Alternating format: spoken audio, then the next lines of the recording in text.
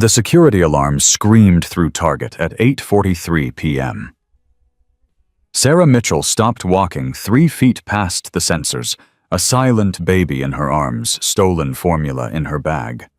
Her 9-month-old son hadn't cried in 2 days. Too weak, too hungry, too close to death. The security guard approaching her was 6'2", 200 pounds. She didn't run, didn't beg, didn't make excuses. She just whispered 7 words that would mobilize 220 Hell's Angels by sunrise.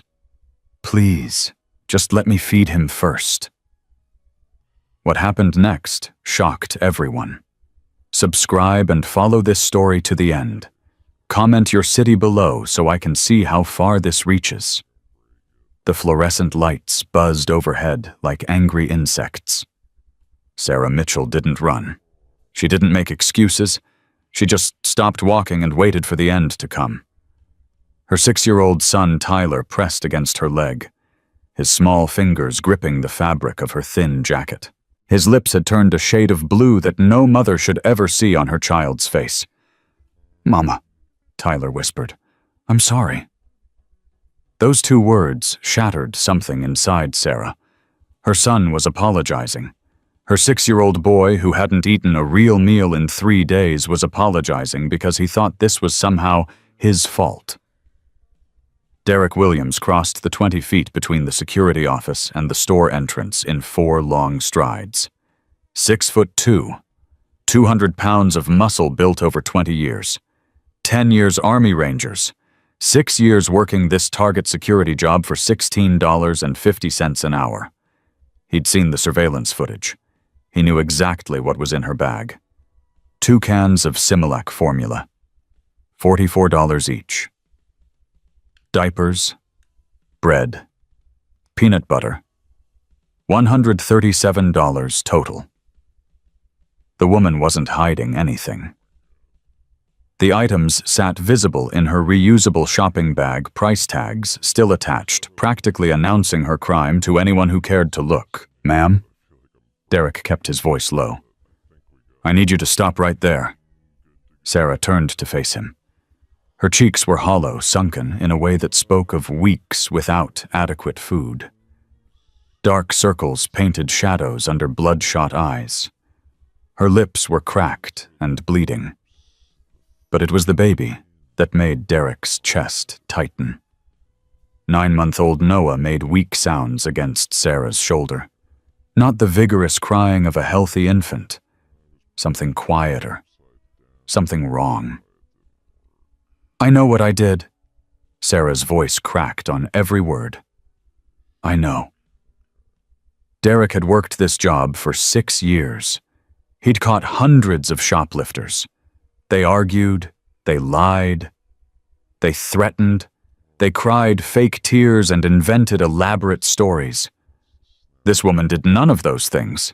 She just stood there holding her silent baby and her shivering son waiting for judgment with the resigned expression of someone who'd stopped hoping 3 weeks ago. "Ma'am, you took items without paying." Derek kept his tone calm, professional. "I need you to come with me to the security office." "Okay." Sarah nodded, tears streaming down her hollow face. "I'll come. I'll do whatever you want. I'll go to jail."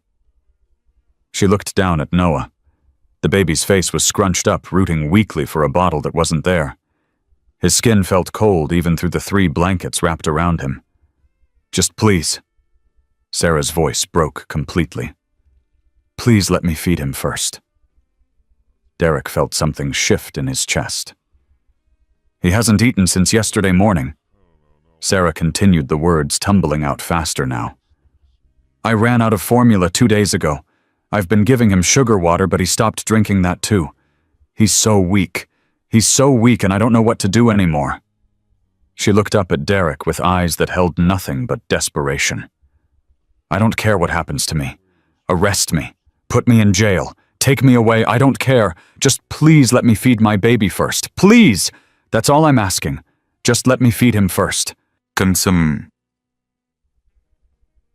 7 words. 7 words that would change everything. Derek had served 3 tours in Afghanistan. He'd seen refugees in Kandahar with that same hollow expression. Mothers carrying children through war zones, willing to walk through fire for one more day of survival. He knew what desperation looked like when it wore a human face. He looked at the items in Sarah's bag again.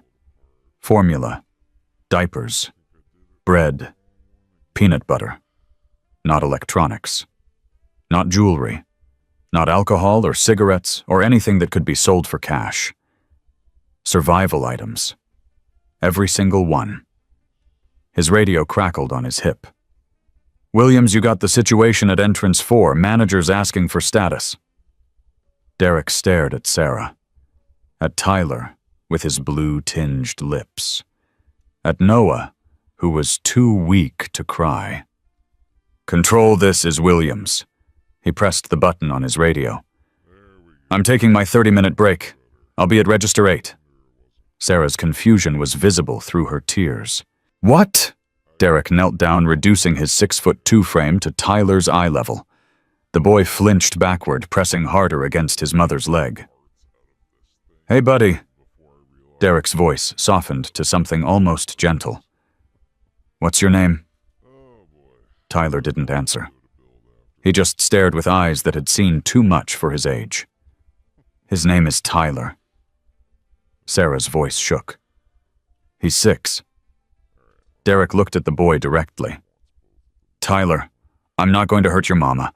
You hear me? I'm not taking her anywhere. I'm going to help." Tyler's blue-tinged lips trembled.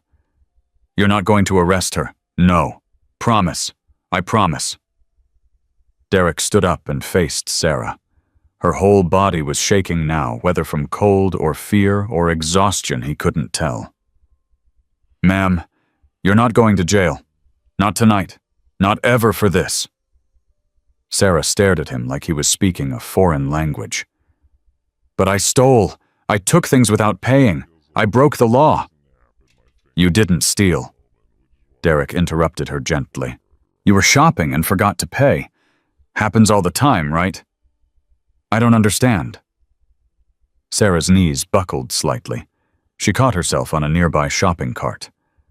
"I don't understand what's happening." "Here's what's happening." Derek's voice carried the command authority of a man who'd led soldiers through combat zones. "I'm going to buy these items for you. Then we're going to get your baby fed. Then we're going to figure out what put you in this situation and fix it." "You can't." Sarah shook her head violently. "I can't let you pay. I can't accept charity. I can't owe anyone anything else." "You don't owe me anything." "Everyone says that." A bitter laugh escaped Sarah's cracked lips. "Everyone says that until they want something back. Nothing is free. Nothing." Derek recognized that tone. It was the voice of someone who'd been burned so many times they'd stopped believing in kindness altogether. "Ma'am, what's your name?" "Sarah. Sarah Mitchell." "Sarah, I'm Derek." "Everyone calls me Falcon. And I'm not asking you to owe me anything. I'm asking you to let me help because I can." Sarah stared at him for a long moment. Around them, shoppers continued their Saturday evening routines, barely glancing at the drama unfolding near the exit. "Why?" Sarah's voice dropped to a whisper. "Why would you help me? You don't know me. You don't know anything about me. I could be lying. I could be a drug addict. I could be anyone." Derek looked at Tyler's blue lips, at Noah's frighteningly still form, at Sarah's hollow cheeks and cracked lips, and the desperation radiating from every inch of her body. "Because someone helped me once," Derek said quietly. "When I came back from Afghanistan, I was in bad shape. PTSD, nightmares, couldn't hold a job. I was homeless for 4 months, sleeping behind a gas station, convinced nobody gave a damn whether I lived or died." Sarah listened, her tears slowing. "A biker found me one night. January, cold as hell. I was shaking in a sleeping bag that wasn't doing anything against the wind. He didn't ask questions, didn't lecture me about getting my life together.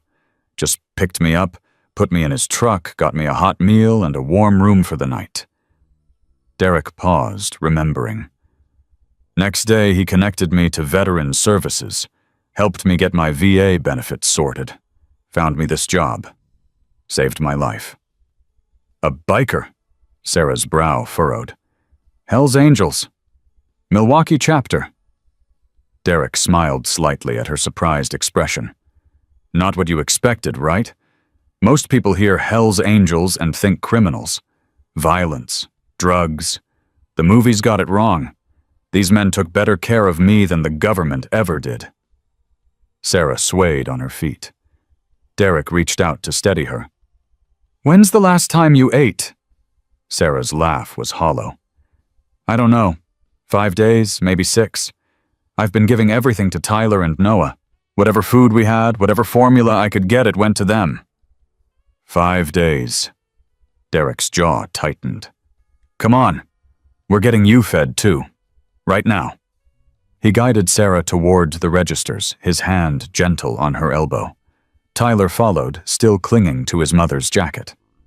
At Register 8, a cashier named Gloria looked up with curiosity. She'd worked evening shifts for 2 years and had seen Derek help shoplifters before, though never quite like this. Derek pulled out his worn leather wallet. Ring it all up. All of it. Gloria glanced at the formula, the diapers, the bread. All of it. Gloria scanned the items without comment. $137.42. Derek swiped his card, watched the transaction go through. That was half his weekly take-home pay. He didn't hesitate. Okay. Derek handed the bag to Sarah. Let's get that baby fed. Break room's in the back, warm private. You can sit down. Where Sarah followed him on legs that barely held her weight. Tyler stayed pressed against her side, his small hand gripping hers so tightly his knuckles were white. The break room was small. 1 table, 4 chairs, a microwave, a vending machine.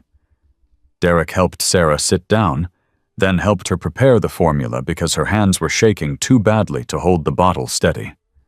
When she finally got Noah latched onto the bottle, the baby drank with desperate hunger, making small sounds that broke Derek's heart. Tyler sat in another chair, tearing into the bread with his bare hands, eating faster than any 6-year-old should. Derek sat across from Sarah and waited. Tell me everything, he said quietly. Start from the beginning. How did you end up here? Sarah's voice came out flat, defeated. We were living in our car, behind this store actually, for 4 weeks. 4 weeks. Derek kept his expression neutral. In February, in Wisconsin. The heater stopped working 2 weeks ago. Radiator leak. I couldn't afford to fix it. Where were you before the car? Sarah's face tightened. We had an apartment. 2-bedroom, nice place, safe neighborhood. $875 a month. I could afford it. I had a good job as a dental office administrator. $41,000 a year. We were fine. What happened? My landlord happened. Sarah's voice turned bitter. Victor Crane. He owns 8 properties in Milwaukee. I'd been renting from him for 14 months, paying cash every month like he required. Derek's eyes narrowed. He required cash, said he didn't like dealing with bank transfers, made it seem like he was doing me a favor being flexible. I didn't think anything of it. Did you get receipts? Sarah's laugh was harsh. I asked for them the first few months. He always had an excuse. He'd get them to me later. He forgot the receipt book. He'd email me a confirmation. The emails never came, but I had my own records. Dates, amounts, everything written down. She looked at Noah, still drinking desperately. 4 weeks ago, I got an eviction notice. Said I was 3 months behind on rent. But you paid. Every single month. I had photos of the money I gave him. Dates and times and amounts. I showed them to him. You know what he said? Derek waited. He said those aren't official receipts. He said I could have made those records myself. He said his books showed I hadn't paid since October, And if I didn't vacate in 72 hours, he'd have the sheriff remove me. That's illegal. Wisconsin law requires written notice with specific grounds. You're entitled to time to respond. I know that now. Sarah's voice broke. I didn't know it then. I panicked. I tried to fight. I called legal aid. They took my information, said they'd call back. They never did. And the sheriff, Deputy Morrison, he showed up 3 days later with the eviction order. I showed him my records. I begged him to look at my photos to see that something was wrong. He said, Sarah stopped, tears streaming down her face. He said, Ma'am, I just execute court orders. If you have a dispute, hire a lawyer. She wiped her face with the back of her hand. They put everything on the curb. In January, in Wisconsin. All our belongings just dumped on the sidewalk. I had 2 hours to grab what I could fit in my car before they changed the locks. Tyler had stopped eating. He was staring at his mother with eyes too old for his age. I lost my job immediately, Sarah continued. No address for direct deposit. I missed 3 days trying to find housing. They let me go. And my bank, she laughed bitterly. My bank froze my account during the landlord dispute. I have $5,800 in there. I can't touch it. They said it'll take 6 to 8 weeks to resolve. Your money is frozen. Tied up in legal proceedings. That's what they told me. Meanwhile, my children are starving. Derek felt anger building in his chest. Cold, controlled anger. The kind he'd learned to harness in combat. What about the shelter? St. Mary's house. Full. Waitlist position 34. They said to check back in 2 weeks. County services. I applied for emergency assistance. Caseworker named James Harrison told me I needed to provide documentation, proof of residency, pay stubs, bank statements, utility bills. Sarah's voice rose. I'm homeless. I don't have utility bills. My bank statements are frozen. My pay stubs stopped when I got fired. It's a catch-22. I need documents to get help, but I can't get documents because I'm homeless. Family. Sarah went silent for a long moment. I have a mother. Barbara Mitchell. Lives in Brookfield. 3-bedroom house. Lives alone since my father died. Did you call her 2 days ago? Sarah's voice dropped to almost nothing. I begged her. I told her we were living in the car, that it was getting colder, that Noah needed formula, and Tyler needed food, and I needed help. Derek waited. She said, Sarah choked on the words. She said, Sarah, you made your choices. Having 2 children with a man who couldn't provide for you was your choice. I can't enable your poor decisions. You need to figure this out on your own like an adult. Jesus Christ. David provided. Sarah's voice broke. My husband. Tyler's father, Noah's father. He was a construction supervisor. Steady work, good pay. He loved his kids. He died 8 months ago in a workplace accident. A crane cable snapped. It wasn't his fault. It wasn't anyone's fault. And my mother acts like he was some deadbeat who abandoned us. Derek understood now. The timeline. The desperation. The complete collapse of a normal life into absolute catastrophe. David's employer. Any insurance. Death benefits. There's a lawsuit pending. Wrongful death. My lawyer says we could see a settlement in 18 months, maybe 2 years. Meanwhile, I have nothing.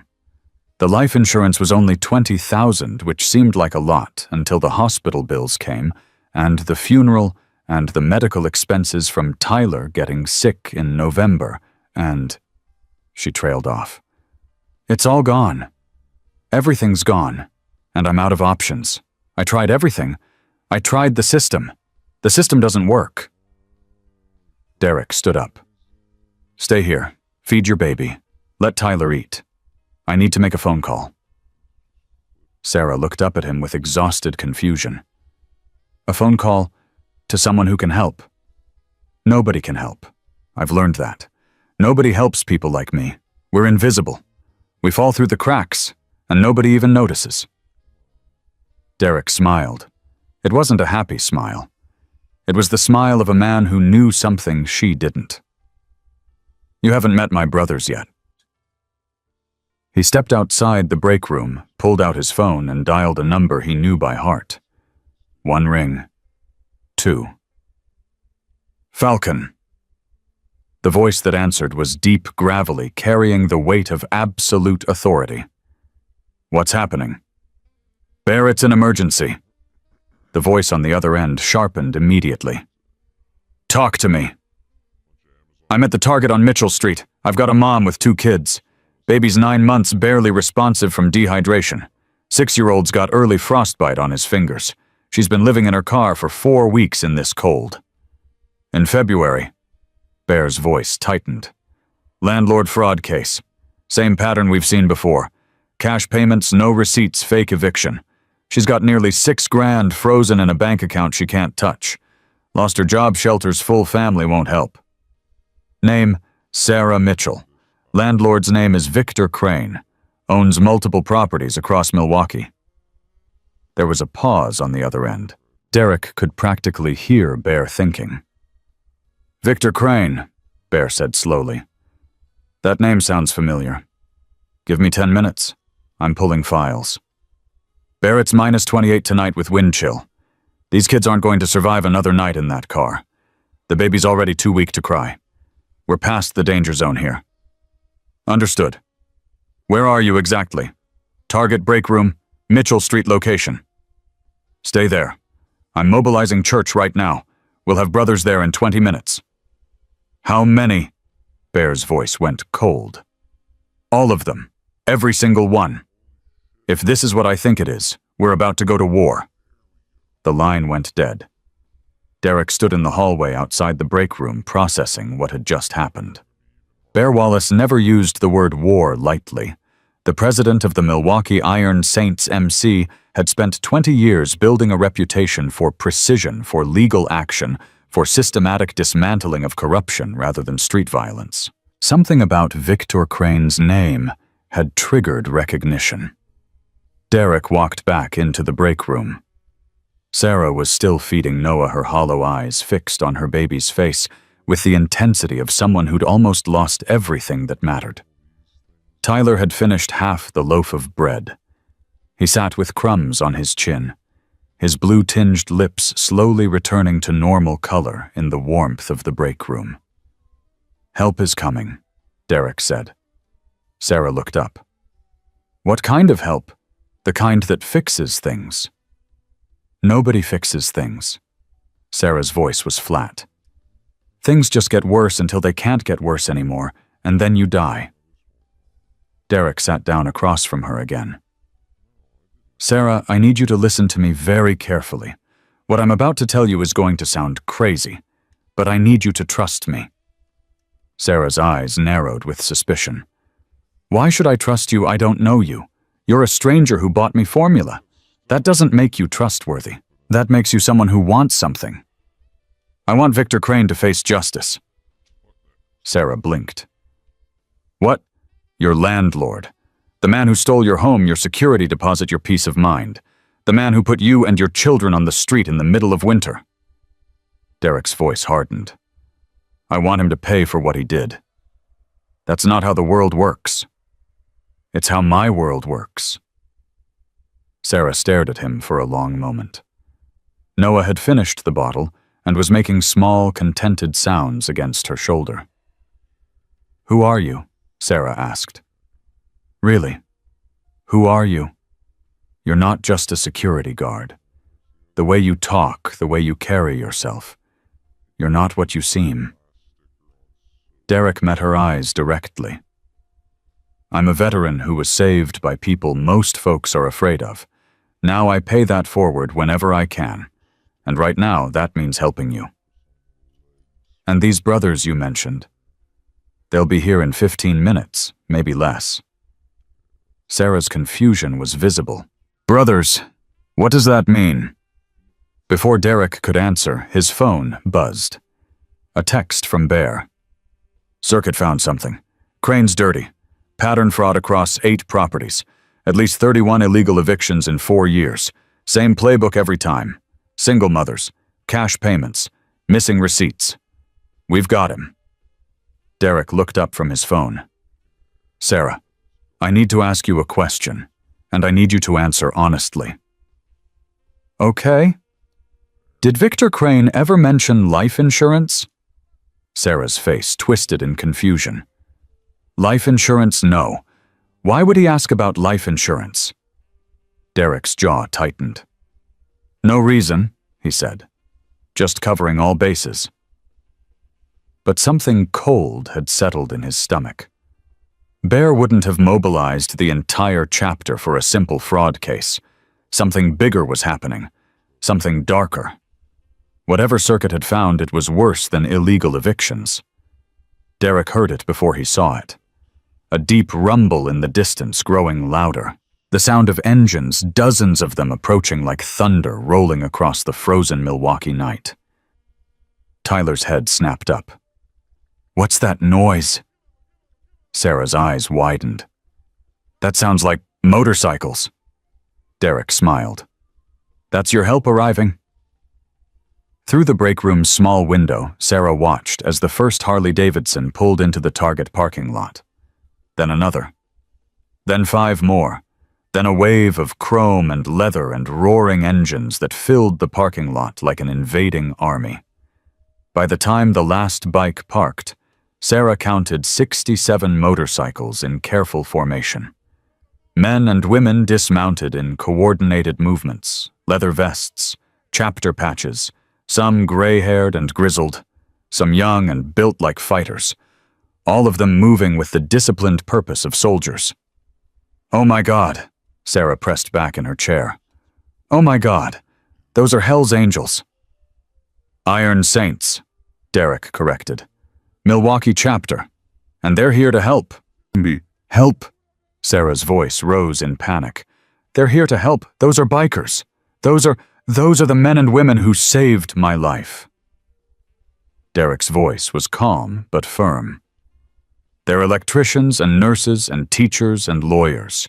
They pay taxes and coach Little League and go to church on Sundays. And they don't let mothers and children freeze on the street. Not in their city. Not on their watch. Sarah stared through the window as the largest man she'd ever seen dismounted from a massive Harley and started walking toward the store entrance. 6'5", at least 300 pounds. Gray beard, sharp eyes, leather vest covered in patches and pins earned over decades. His road name was embroidered on his chest, Bear. That's the president, Derek said. Raymond Wallace. Everyone calls him Bear. He's going to seem intimidating, but I promise you he's the safest man you'll ever meet. Sarah's hands were shaking. I don't understand what's happening. Something good, when Derek stood up. For the first time in a month, something good is happening. Come on, let's go meet your new family. Sarah didn't move. Family. Her voice cracked. I don't have family. My mother made that clear. Derek looked at her. At Tyler, still clutching breadcrumbs. At Noah, finally calm and fed. You do now, Derek said. You just didn't know it until tonight. He extended his hand. Sarah stared at it for a long moment. Every instinct screamed at her to run, to hide, to trust no one. She'd been burned too many times. Every offer of help had come with strings attached.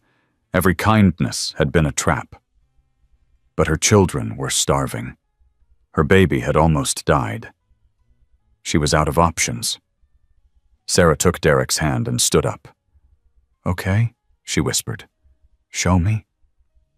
Derek led her toward the front of the store, where 67 Hell's Angels waited in the freezing February night to save a woman they'd never met. And somewhere across Milwaukee, Victor Crane sat in his comfortable home office, completely unaware that his world was about to end. Bear Wallace stopped walking the moment he saw the baby.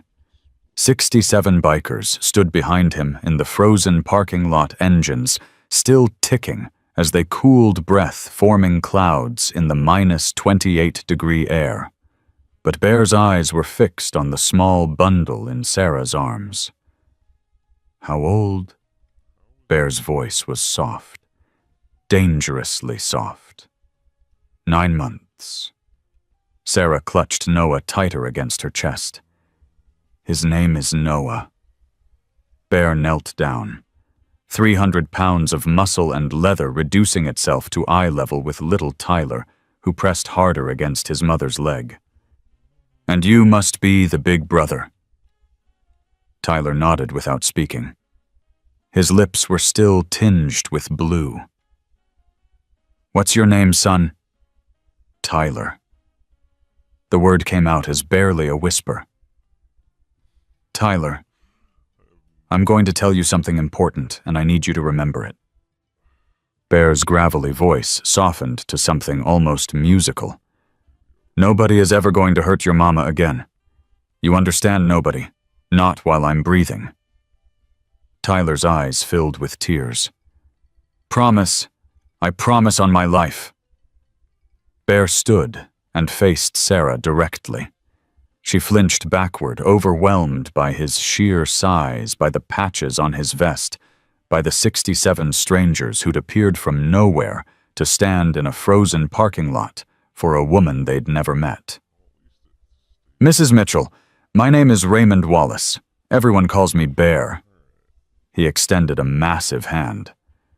"I run a legitimate electrical contracting business. I pay my taxes. I go to church. And I don't let mothers freeze in parking lots with babies. Not in my city." Sarah stared at his hand like it was a trap. "Why?" Her voice cracked. "I don't understand why you're here. I don't understand any of this. You don't know me. You don't owe me anything." "I know enough." Bear's eyes moved to Noah. "I know that baby hasn't had proper formula in days. I know your son has early frostbite. I know you haven't eaten in almost a week. And I know exactly who put you here." Sarah's breath caught. "You know Victor Crane." Bear's jaw tightened. "We've been looking for Victor Crane for 2 years." Before Sarah could respond, a woman pushed through the crowd of bikers.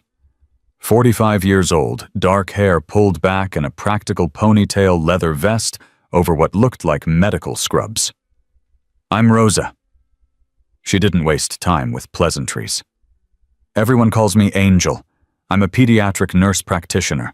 I need to check your baby right now." Sarah's arms tightened around Noah. "Check him for what? Hypothermia, dehydration, malnutrition." Angel's voice was professional, but kind. "That baby should be crying. He's not. That tells me something's wrong." "He stopped crying 2 days ago." Sarah's voice broke. "I thought maybe he was just tired." Angel's expression tightened. "May I?" Sarah hesitated, then slowly handed Noah over. Angel pulled a stethoscope from her vest pocket, placed it against Noah's tiny chest, listened with an intensity that made Sarah's heart stop. Heart rate's low, but stable. Angel's hands moved with practiced efficiency, checking Noah's temperature, his hydration, his reflexes. "He's hypothermic. Not critical, but close. Another night in that car, and we'd be having a different conversation." "What kind of conversation?" Sarah's voice shook. Angel looked at her directly. "The kind that ends at a morgue." Sarah's knees buckled. Derek caught her before she hit the ground. "Easy." Derek's voice was steady. "We've got you. You're not alone anymore." Bear turned to face his assembled brothers and sisters. 67 faces, young and old men and women, all waiting for direction. "Listen up. Here's what's happening tonight. Doc, you take Mrs. Mitchell and her children to the Comfort Inn on Wisconsin Avenue. I already called. Rooms paid for a week. Brothers, I need 4 volunteers for overnight protection." 8 hands went up immediately. "Tank Diesel Snake Reaper. First shift. 4 hours each. Nobody comes near that room without clearing it through you first. Got it, boss. Tank's voice was deep as a canyon. The rest of you go home. Get sleep. Tomorrow morning, 9 o'clock, we meet at the clubhouse. Full church. We're going hunting. The bikers dispersed with military precision. Some headed for their motorcycles. Others gathered around Sarah, offering coats, blankets, words of comfort. Sarah stood frozen, overwhelmed by the sudden rush of humanity after weeks of being invisible. I don't understand. She kept repeating the words like a prayer. I don't understand. Bear stepped closer, lowering his voice so only she could hear. Mrs. Mitchell, I need to ask you something, and I need you to think carefully before you answer. Sarah nodded. Did Victor Crane ever ask you about your husband's life insurance? The question hit Sarah like a physical blow. What? Did he ever mention insurance? Ask about your financial situation? Seem interested in whether you had money coming to you? Sarah's mind raced backward through conversations with her landlord. The friendly questions about her husband's accident, the sympathetic comments about what a tragedy it was, the casual inquiries about whether she'd received any settlement. He asked about the wrongful death lawsuit. Sarah's voice dropped to a whisper. He asked how much I expected to receive. He asked when it would be finalized. I thought he was just being nice, making conversation. Bear's face went stone cold. What? Sarah's voice rose. What does that mean? Why are you asking about insurance? We'll talk tomorrow. Bear's tone left no room for argument. Tonight, you rest, you eat, you keep your children warm. Tomorrow, we start building a case. A case for what? Bear looked at her with eyes that had seen things she couldn't imagine. Victor Crane has evicted 31 families in the last 4 years. Same pattern every time. Cash payments, missing receipts, fraudulent eviction claims. He targets single mothers exclusively, vulnerable people who can't fight back. Sarah's blood ran cold. 31 families. That we know of, could be more. But that's illegal. Someone should have stopped him. The system doesn't stop people like Victor Crane. Bear's voice was flat. It protects them. That's why we exist. When the system fails, we step in. A younger man approached maybe 30, wearing glasses that looked wildly out of place beneath his leather vest. He carried a laptop under one arm and radiated nervous energy. Bear, we need to talk, now.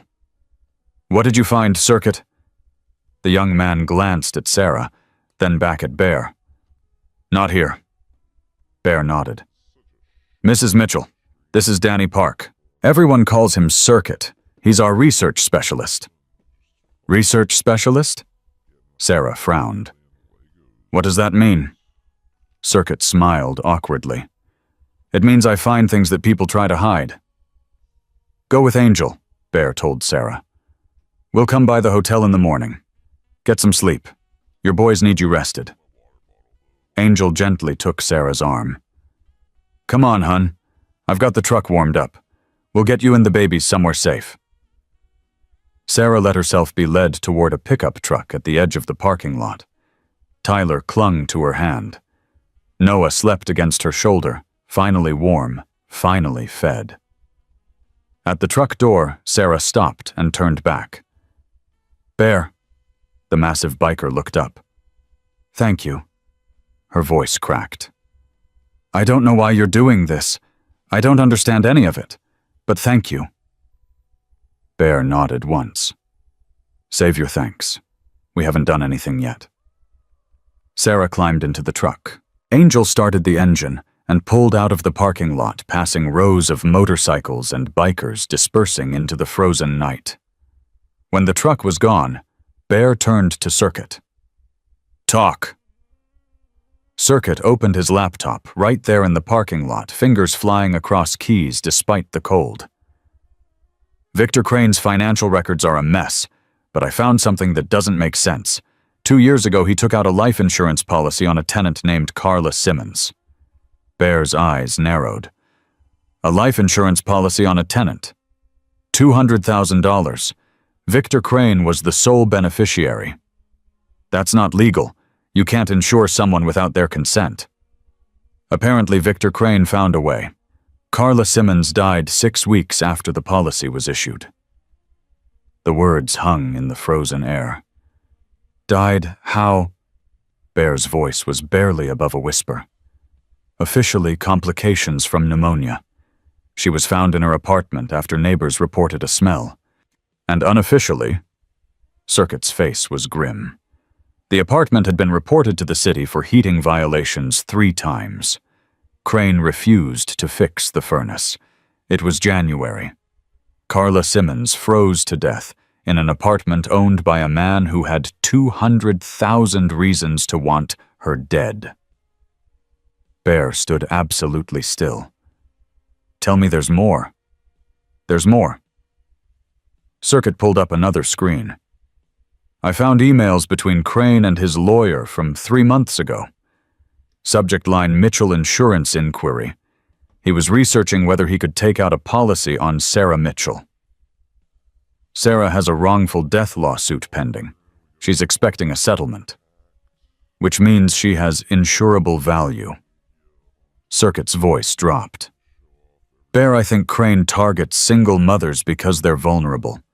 But I think he specifically targeted Sarah Mitchell because she has money coming to her. If she dies before that settlement comes through, her estate would still receive the payout, and whoever Crane named as beneficiary would collect everything. Bear's hands clenched into fists. 25 years he'd been doing this work. 25 years of protecting families, exposing corruption, making sure the people the system forgot didn't disappear entirely. He'd seen evil before. Greed, cruelty, the casual indifference of powerful people to the suffering of the weak. But this was something different. This was calculated, patient. A predator who'd learned to game the system so effectively that he could literally profit from dead tenants without anyone noticing. How many others? Bear's voice was quiet. Deadly quiet. I'm still digging. But Carla Simmons isn't the only tenant who died in Crane's properties. Over the last 4 years, there have been 3 deaths. All single mothers, all alone, all in apartments with documented maintenance issues. 3 women dead. Possibly. I can't prove he killed them, but I can prove he profited from their deaths. And I can prove he was planning to do the same thing to Sarah Mitchell. Bear pulled out his phone and dialed. Gavel, wake up. We've got a situation. Thomas Reed's voice was groggy but alert. Bear, it's almost midnight. Victor Crane, I need everything you can file to stop him. Emergency injunctions, restraining orders, whatever it takes to freeze his accounts and prevent him from disposing of records. What did you find? Murder. Bear's voice was flat. 3 counts, possibly more. He's been killing tenants for insurance money. Silence on the other end. That's a serious allegation, Bear. We need evidence that'll hold up in court. Circuit's got emails, financial records, insurance policies. The pattern's clear. He targets vulnerable women, makes their living conditions unbearable, waits for them to die, and collects the insurance. And Sarah Mitchell. She was next on his list, if Falcon hadn't found her tonight. Bear didn't finish the sentence. He didn't need to. I'll have papers ready to file first thing tomorrow morning. Gavel's voice had hardened. Emergency hearing if I can get it. We need to move fast before Crane realizes anyone's looking at him. One more thing. Bear's voice dropped. I want every tenant Victor Crane has ever had interviewed. Former and current. Every single one. If there are other victims, I want to know about them. That's going to take manpower. I've got 220 brothers and sisters across Wisconsin who'll ride at dawn if I ask them. Manpower isn't a problem. Bear ended the call. The parking lot was nearly empty now. Most of the bikers had dispersed. Only a handful remained waiting for orders. "Falcon," Bear turned to Derek. "You're with me tomorrow. I want you at Sarah's hotel at 7 a.m. She trusts you." Derek nodded. "Understood. The rest of you go home. Get rest. Tomorrow's going to be long." As the remaining bikers headed for their motorcycles, Bear stood alone in the frozen parking lot, staring at the spot where Sarah had stood holding her dying baby. 31 families. 3 dead women.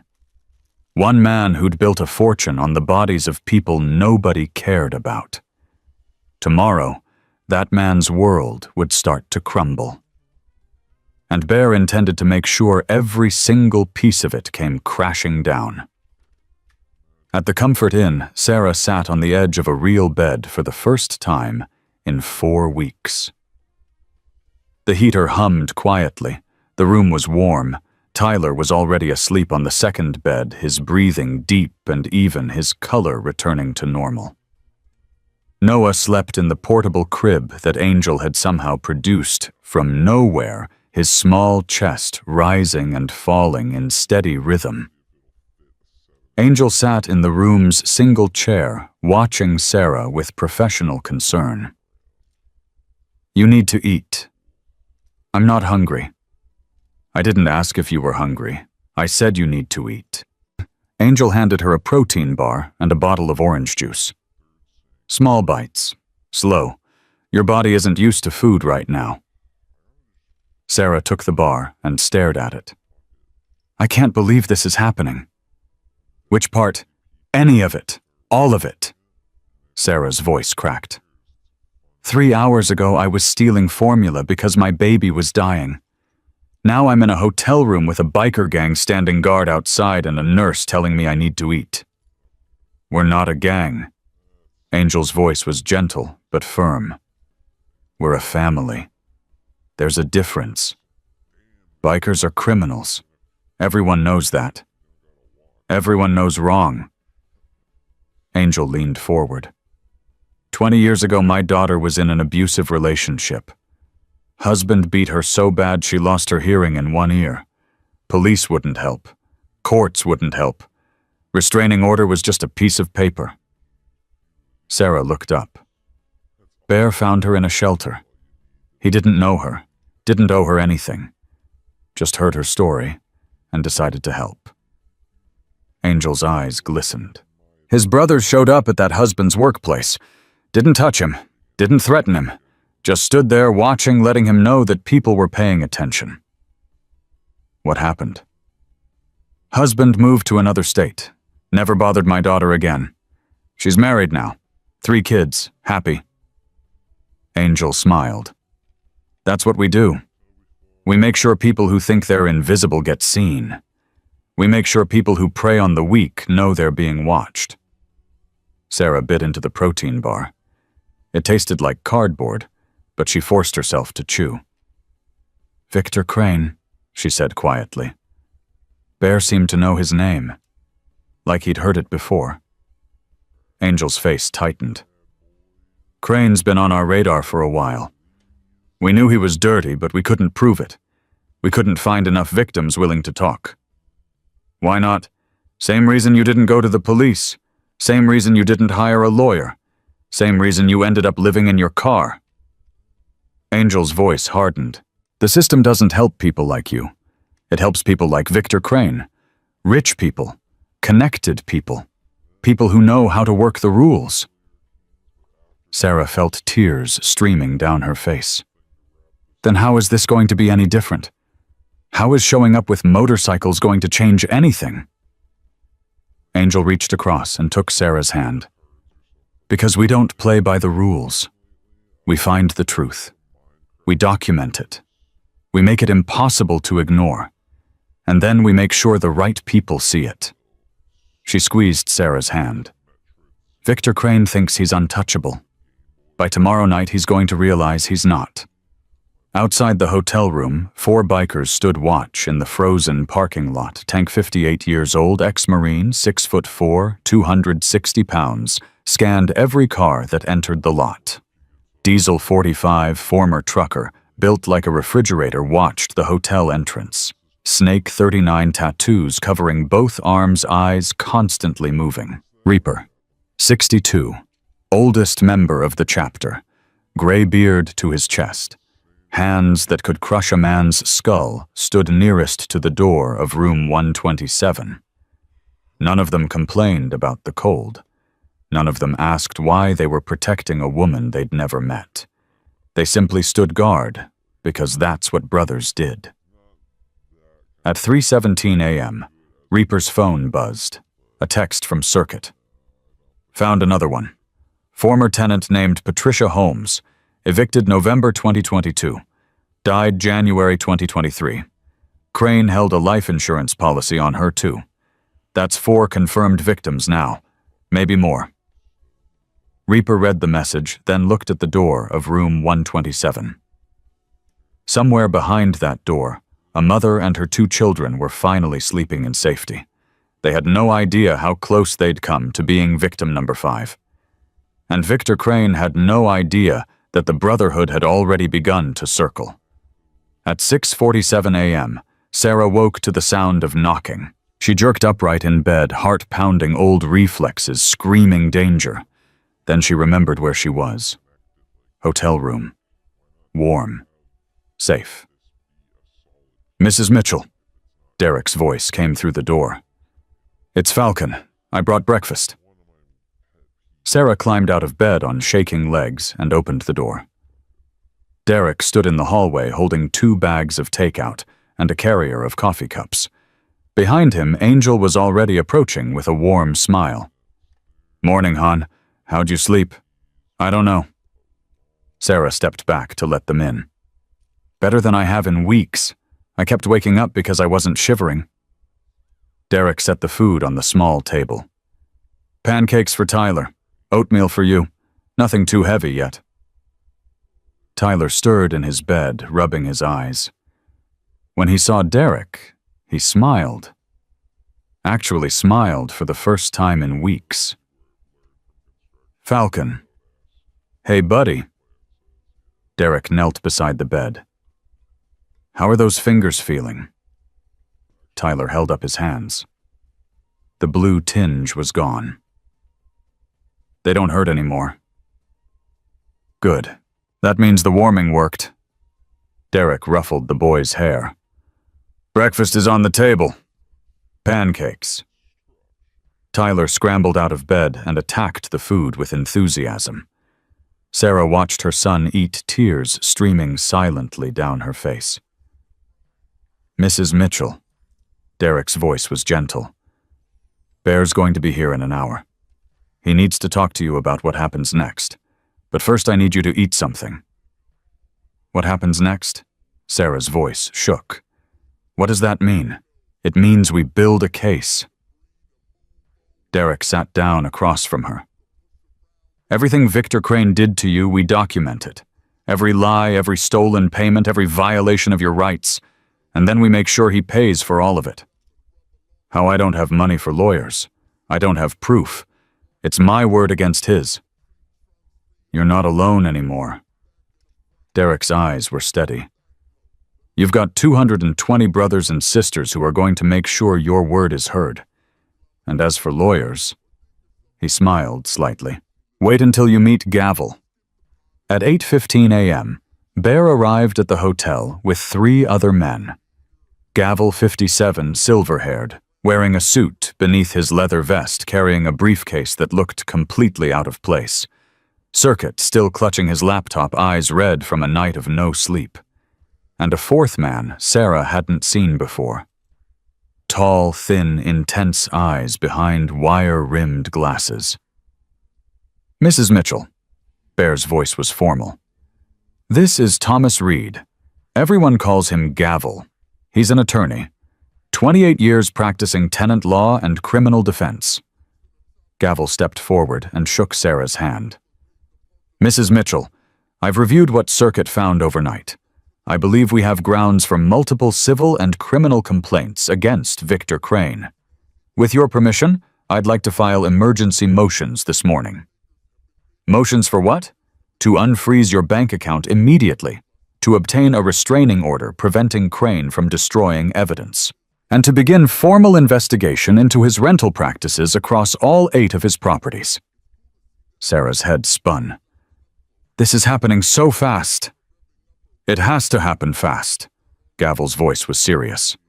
Victor Crane doesn't know anyone is looking at him yet. The moment he realizes, he'll start destroying records.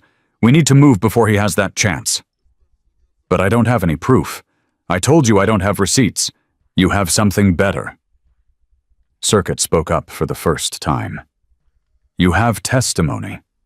You have a pattern. And you have Victor Crane's own emails proving he was targeting you specifically. Sarah's blood ran cold. What emails? Bear and Circuit exchanged glances. Mrs. Mitchell, Bear said slowly. We believe Victor Crane has been doing this for years, targeting vulnerable women, fraudulently evicting them, and in at least 4 cases, profiting from their deaths. The words hung in the air. Deaths. Sarah's voice was barely audible. What do you mean, deaths? 3 women have died in Victor Crane's properties over the last 4 years. Bear's voice was flat. All single mothers. All evicted under suspicious circumstances. All with life insurance policies that paid out to Victor Crane. Sarah's knees buckled. Derek caught her, eased her into a chair. He was going to kill me. The words came out as a whisper. That's what you're saying. He was going to kill me and my children. We don't know that for certain. Gavel's voice was careful. What we know is that he was researching life insurance policies on you. What we know is that he evicted you in the middle of winter with a baby and a small child. What we know is that he's done this before. Sarah stared at Noah, still sleeping peacefully in his crib. Her baby. Her sweet, innocent baby, who'd been too weak to cry. Victor Crane had wanted them to die. He'd evicted them into a Wisconsin winter, knowing they had nowhere to go. Knowing they had no money, no family, no resources. Knowing that the cold would do his work for him. And nobody would have investigated. Another homeless woman. Another tragic story. Another invisible person who fell through the cracks. I want to help. Sarah's voice came out stronger than she expected. Whatever you need me to do, whatever testimony, whatever statements, I want to help you stop him. Bear nodded. That's exactly what we were hoping you'd say. But I'm not the only one. Sarah's mind was racing now. There have to be other victims, other families he destroyed. If we can find them, we're already looking. Circuit pulled up his laptop. By noon today, I expect to have contact information for at least 20 former tenants. Brothers and sisters from chapters across Wisconsin are ready to conduct interviews. 220 people, Sarah said slowly. You said 220. That's how many showed up last night. That's how many will be working this case by end of day. Bear's voice carried absolute certainty. Every single one of them ready to knock on doors, collect testimony, document evidence. Victor Crane has been operating in the shadows for years. Today we drag him into the light. Sarah looked around the hotel room at the strangers who'd become her lifeline. A massive biker who ran an electrical company. A nurse who'd spent the night watching over her children. A security guard who'd spent half his weekly pay on formula for a stranger. A lawyer in a leather vest. A hacker with a laptop. None of them knew her. None of them owed her anything. And yet here they were, ready to go to war on her behalf. Why? The question escaped before she could stop it. I keep asking and I never get a real answer. Why would you do all this for someone you don't know? Bear was quiet for a long moment. 12 years ago, he finally said. My daughter was in trouble. Different situation, but same feeling. Alone. Desperate. Nobody listening.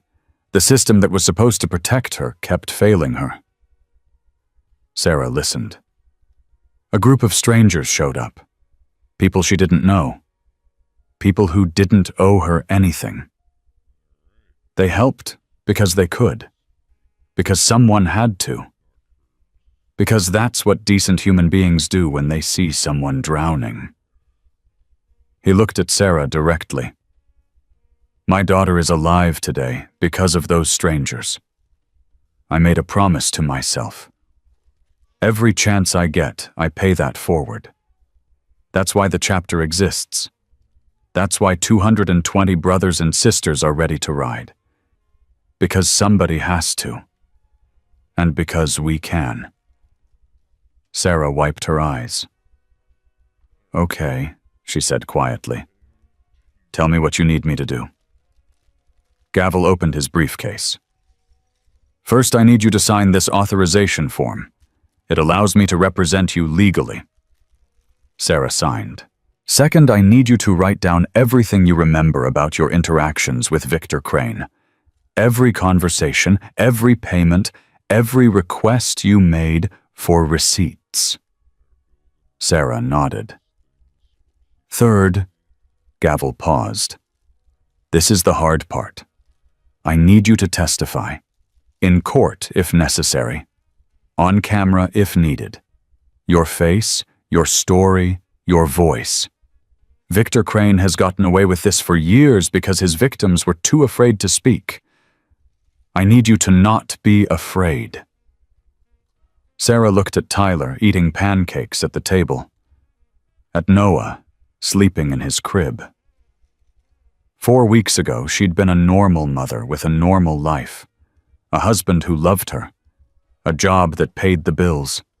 An apartment that felt like home. Victor Crane had taken all of that, and now she had a chance to make sure he never did it to anyone else. I'll testify. Her voice was steady. I'll do whatever it takes. Put me in front of cameras, put me in front of a judge, I don't care. Victor Crane tried to kill my family.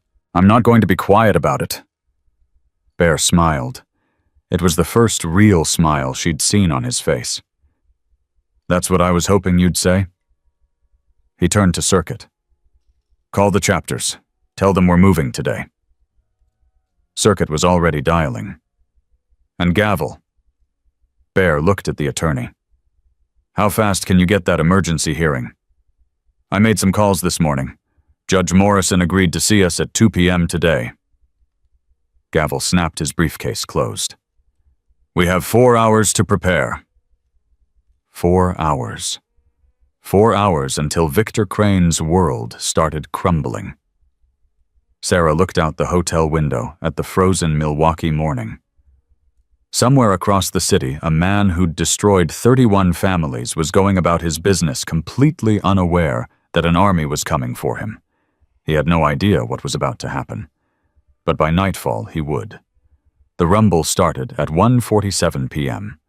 Victor Crane was sitting in his office at Crane Properties, LLC, reviewing lease agreements when he heard it, a distant thunder that grew louder by the second. He looked up from his paperwork, annoyed by the distraction. His receptionist, a young woman named Ashley, appeared in his doorway with wide eyes. Mr. Crane, there are motorcycles outside. Motorcycles? Crane frowned. What do you mean, motorcycles? A lot of them. Like a lot. Crane stood and walked to the window. His blood froze. The parking lot was filling with Harley Davidsons. 10, 20, 50. More pouring in from the street engines, roaring chrome, gleaming in the weak February sunlight. By the time the last bike parked, Crane counted over 200 motorcycles in perfect formation. Men and women dismounted in coordinated movements, leather vests, chapter patches, young and old, all of them standing in disciplined rows facing his building. What the hell? Crane whispered. His phone buzzed. A text from his lawyer. Victor, we have a problem. Emergency court hearing at 2 p.m. Something about tenant complaints. Call me immediately. Crane's hands started shaking. Outside, Bear Wallace walked toward the building entrance with 5 men behind him. Gavel carried his briefcase. Circuit had his laptop. Derek walked with the coiled tension of a soldier ready for combat. The glass doors opened. Ashley stood frozen at her desk, terrified. "We're here to see Victor Crane," Bear said calmly. "Tell him Raymond Wallace wants a word." He's busy right now. He'll make time." The door to the back office opened. Victor Crane emerged. 54 years old, 5'10", balding with gray at the temples, pressed khakis, company polo with his logo embroidered on the chest. He looked like a youth pastor, sounded reasonable, smiled with practiced warmth. "Gentlemen, can I help you with something?" Bear studied him for a long moment. This was the man who'd destroyed 31 families, who'd evicted mothers and children into Wisconsin winters, who'd taken out life insurance policies on vulnerable women and waited for them to die. He looked utterly ordinary. That was the most disturbing thing about him. "Mr. Crane." Gavel stepped forward. "My name is Thomas Reed. I'm an attorney representing Nicole Mitchell and 23 other former tenants of your properties." Crane's smile flickered but held. "I'm not sure what this is about. If there are tenant complaints, I'm happy to address them through proper channels." "Proper channels?" Gavel's voice was ice. "Like the proper channels you use to file fraudulent eviction notices, like the proper channels you use to steal security deposits from families you'd already robbed of their homes."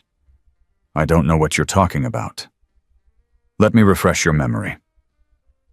Gavel opened his briefcase and pulled out a thick folder. "Maria Santos, evicted March 2022. Claimed 2 months behind on rent despite cash payments documented in her personal records. Patricia Holmes, evicted November 2022. Same pattern. Jennifer Walsh, evicted June 2023. Same pattern." He slapped folder after folder onto Ashley's desk. 23 families. Same story every time. Cash payments required. No receipts provided. Fraudulent claims of non-payment. Emergency evictions before tenants could secure legal help. Crane's face had gone pale, but his voice remained steady. "Those are all legitimate business disputes. Courts ruled in my favor in every case. Courts ruled in your favor because your tenants couldn't afford lawyers." Gavel's eyes were hard. "That changes today. I want my lawyer present before I say anything else." "That's your right." Gavel pulled another document from his briefcase. "In the meantime, I'm serving you with a restraining order preventing you from destroying, altering, or disposing of any business records related to your rental properties. I'm also serving you with notice that the Milwaukee County District Attorney's Office has opened a criminal investigation into your practices." Crane's composure cracked. "Criminal investigation for what?" "Fraud, theft by deception, filing false documents with the court." Gavel paused. "And 4 counts of suspicion of negligent homicide." The words hung in the air like a death sentence. "Homicide." Crane's voice rose. "That's insane. I've never heard anyone in my life." "Carla Simmons," Circuit spoke for the first time.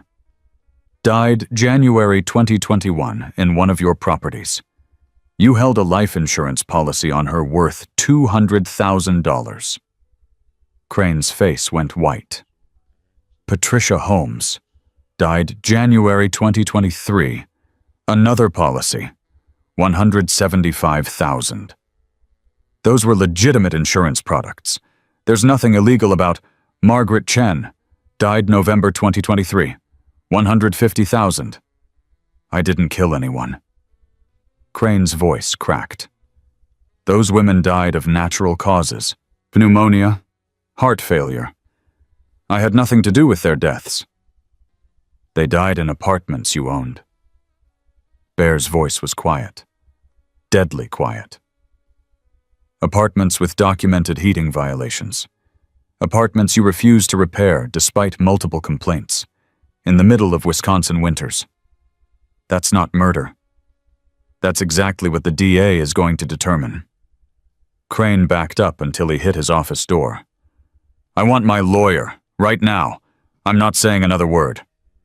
Smart choice. Gavel snapped his briefcase closed. Your hearing is at 2 o'clock. Judge Morrison's courtroom. I suggest you don't be late. Bear stepped closer to Crane. Close enough that the smaller man had to crane his neck to meet his eyes. One more thing, Mr. Crane. Crane swallowed hard. Sarah Mitchell. The woman you evicted 3 weeks ago. The one with the 9-month-old baby and the 6-year-old son.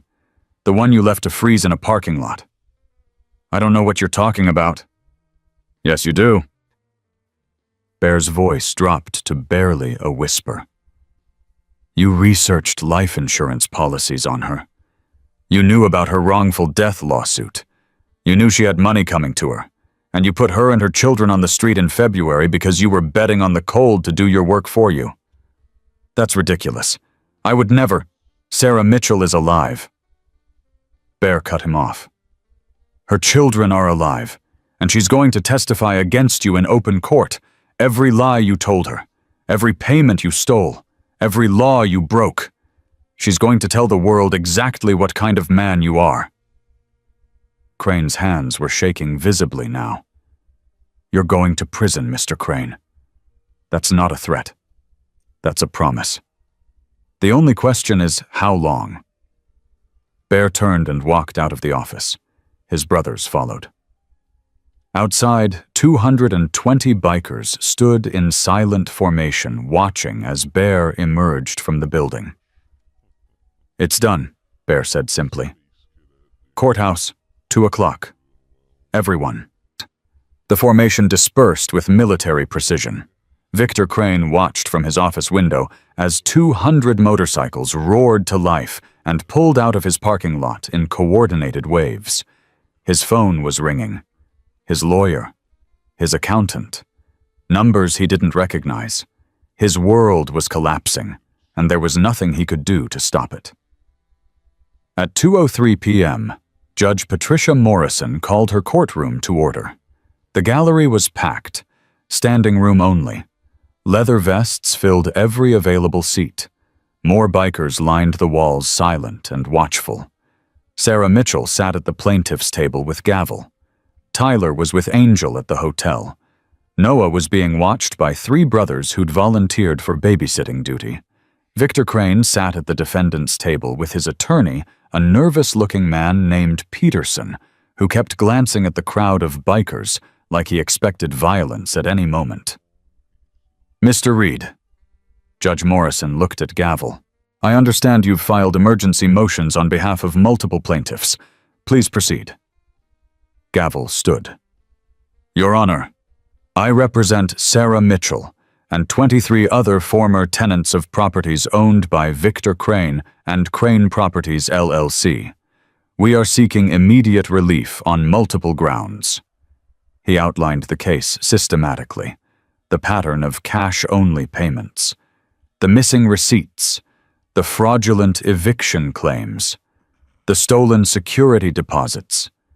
23 families. Same story. Same pattern. Same result. Furthermore, Your Honor, we have evidence that Mr. Crane has engaged in insurance fraud related to the deaths of at least 4 former tenants. Peterson shot to his feet. Objection. That allegation is completely unfounded and prejudicial. Overruled. Judge Morrison's voice was sharp. Continue, Mr. Reed. Gavel pulled out Circuit's findings. Life insurance policies taken out on tenants without their knowledge. Payouts totaling over $700,000. Deaths that occurred in apartments with documented maintenance violations. The courtroom was absolutely silent.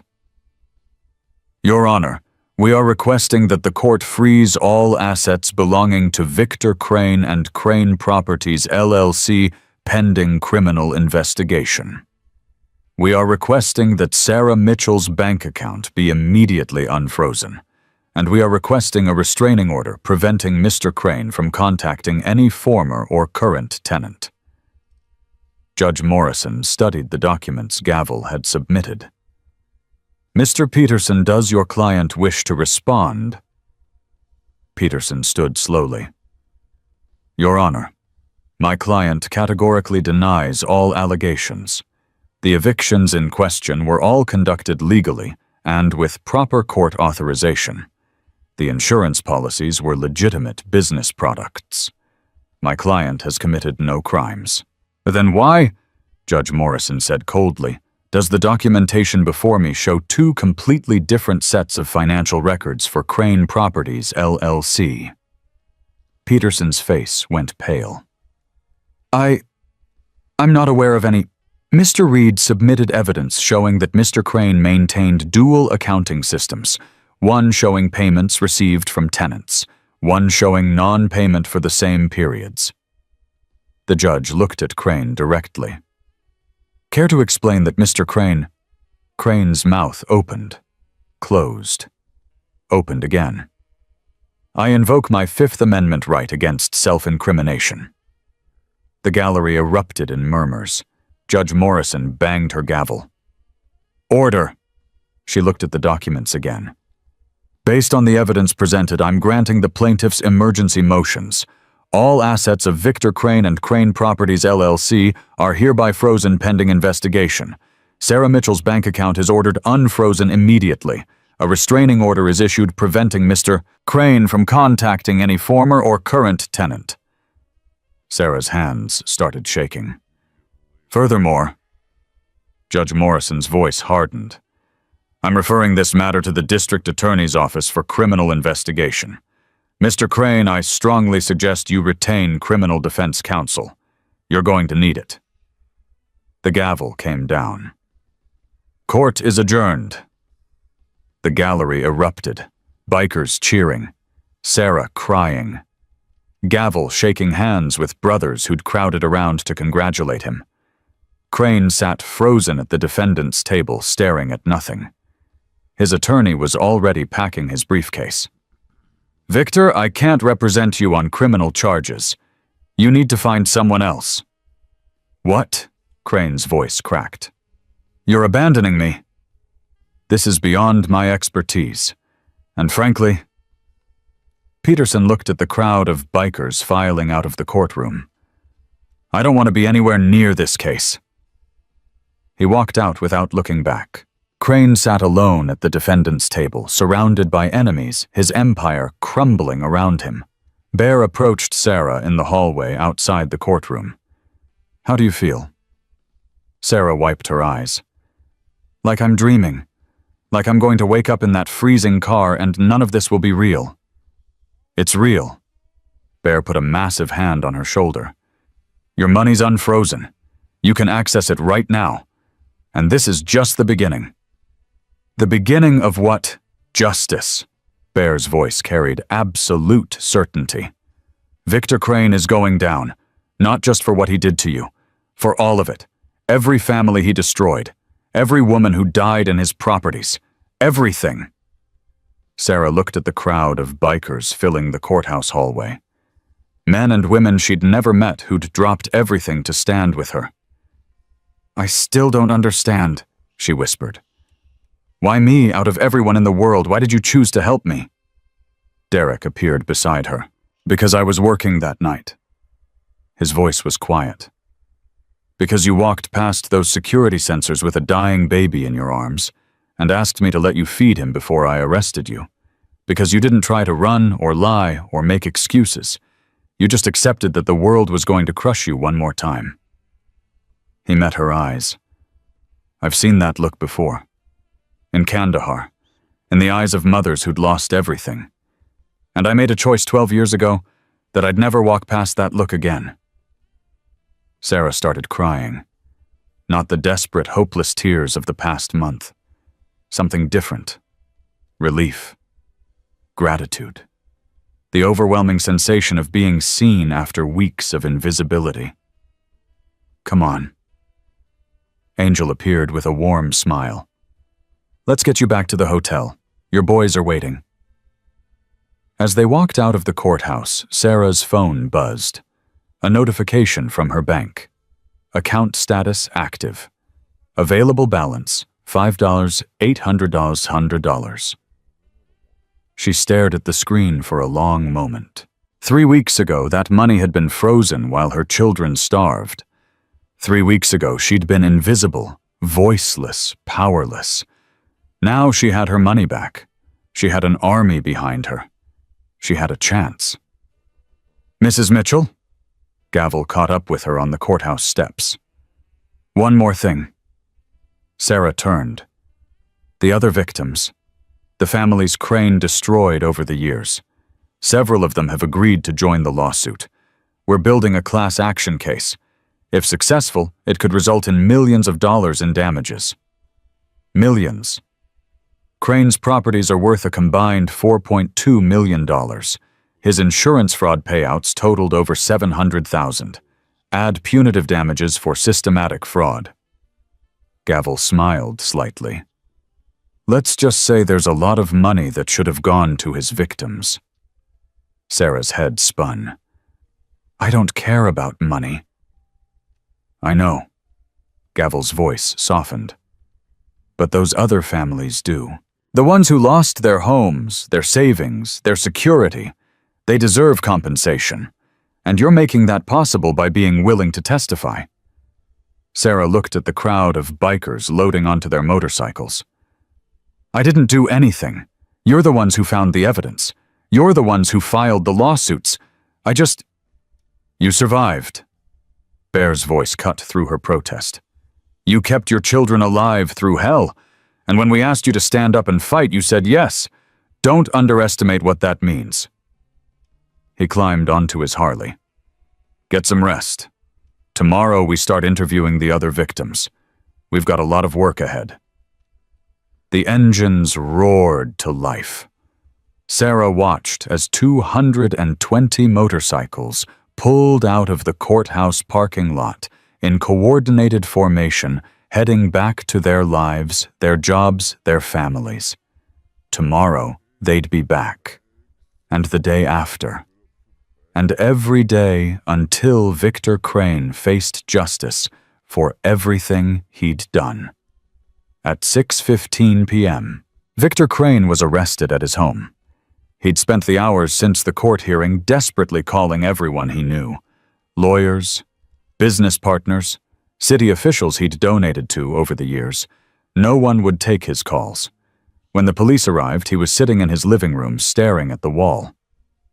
Victor Crane, Detective Maria Santos, stood in his doorway. You're under arrest for fraud, theft by deception, and filing false documents. We also have a warrant to search this residence. Crane didn't resist, didn't argue, didn't demand a lawyer. He just stood up and held out his hands for the cuffs. We found your safe, Detective Santos said as she led him out. The one behind the fake electrical panel. 2 sets of books, insurance policies on your tenants, everything. Crane said nothing. 31 families, Mr. Crane. 4 dead women. Did you think nobody would ever notice? Still nothing. We're also reopening the investigations into those deaths. Medical examiners taking another look. If there's any evidence of foul play. I didn't kill anyone. Crane's voice was flat, empty. I just let nature take its course. Detective Santos stopped walking. What did you say? Crane looked at her with dead eyes. They were going to die anyway. Poor people. Alone, vulnerable. Nobody cared about them. Nobody was watching. I just made sure I benefited when the inevitable happened. Santos felt sick. You're admitting to letting people die for insurance money. Is that a crime? Crane's voice held genuine confusion. They were already failing, already falling through the cracks. I didn't push them. I just didn't catch them." Santos finished reading him his rights in a voice that shook with barely controlled rage. She'd been a detective for 15 years. She'd never heard anyone describe human beings as investment opportunities before. At the county jail, Crane was processed and placed in a holding cell. Bail was set at $200,000. His accounts were frozen. His properties were seized. His friends wouldn't answer the phone. For the first time in his life, Victor Crane was completely alone. At the hotel, Sarah got the news from Circuit. "He's been arrested. Formal charges filed. Fraud, theft, filing false documents. More charges pending based on the insurance investigation." Sarah sat on the edge of her bed, phone pressed to her ear, tears streaming down her face. It's over. The beginning is over. Circuit's voice was gentle. The trial could take months, but Crane's not going anywhere. His world has collapsed.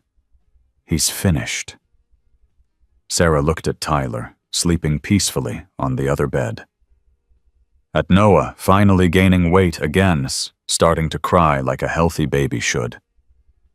3 weeks ago, she'd stood in a Target with stolen formula ready to accept whatever punishment the world wanted to give her. Now, the man who'd tried to destroy her family was sitting in a jail cell, and she was surrounded by people who'd fight to the death to keep her safe. "Circuit," Sarah's voice cracked. "Thank you. Thank all of them. Thank us when he's convicted." Circuit paused. "But you're welcome." The line went dead. Sarah put down her phone and walked to the window. Outside, the Milwaukee night stretched cold and dark. Somewhere across the city, Victor Crane was learning what it felt like to be powerless, to be alone, to have the system turn against you instead of protecting you. Sarah felt something she hadn't felt in months. Hope. 3 months changed everything. Sarah stood in her new apartment, watching Noah take his first wobbly steps across the living room floor. 15 months old now, healthy, chubby cheeks, the loud demanding cry of a baby who knew he'd be fed. "Mama, look!" Tyler ran in from his bedroom. "I finished my homework all by myself," when Sarah took the paper from his hands. Math problems. Every answer correct. "This is perfect, baby. I'm so proud of you." Tyler beamed. 7 years old now. First grade at Lincoln Elementary. 3 best friends. A teacher who called him the kindest kid in class. No more blue-tinged lips. No more hollow eyes. No more flinching at sudden sounds. Her phone buzzed. A text from Bear. "Court date confirmed. April 14th. Trial starts at 9 a.m. You ready?" Sarah typed back, "I've been ready for 3 months." The apartment wasn't fancy. 2 bedrooms in a quiet complex on Webster Avenue. $900 a month, which fit perfectly in her budget now that she was making $44,000 a year as office manager at Wallace Electrical. Bear's company. Her new family's business. She'd been promoted twice in 3 months. Started as a receptionist. Within 6 weeks, the office manager retired, and Bear offered her the position without hesitation. "You're organized," he'd said. "You're smart. You handle stress better than anyone I've ever met. The job's yours if you want it." She'd taken it. Of course she'd taken it. The work was steady. The pay was fair. The people treated her like she mattered. After years of being invisible, being seen felt like a miracle. A knock at the door made Sarah's heart jump. Old reflexes. Even now, unexpected sounds triggered the fear response she'd developed during those weeks in the car. "It's me." Derek's voice came through the door. "Got dinner?" Sarah opened the door to find Derek holding 2 pizza boxes and a bag of garlic bread. "Falcon." Tyler launched himself at Derek's legs. "Did you bring pepperoni? Would I ever forget the pepperoni?" Derek ruffled Tyler's hair. "Go set the table, buddy. Extra napkins tonight." Tyler ran to the kitchen. Derek stepped inside and looked at Sarah. "How are you holding up? Ask me after the trial." "That bad?" Sarah sighed. "Gavel's been prepping me for testimony. 4 hours yesterday. 3 hours today. He says Crane's defense attorney is going to try to destroy my credibility on the stand. Let them try." Derek set the pizzas down. "You've got 23 other witnesses saying the exact same thing. One woman's word can be attacked. 23 women telling identical stories. That's a pattern." "I know. I just..." Sarah's voice dropped. "I keep having nightmares. About the car. About Noah getting weaker and weaker. About what would have happened if you hadn't been working that night." Derek was quiet for a moment.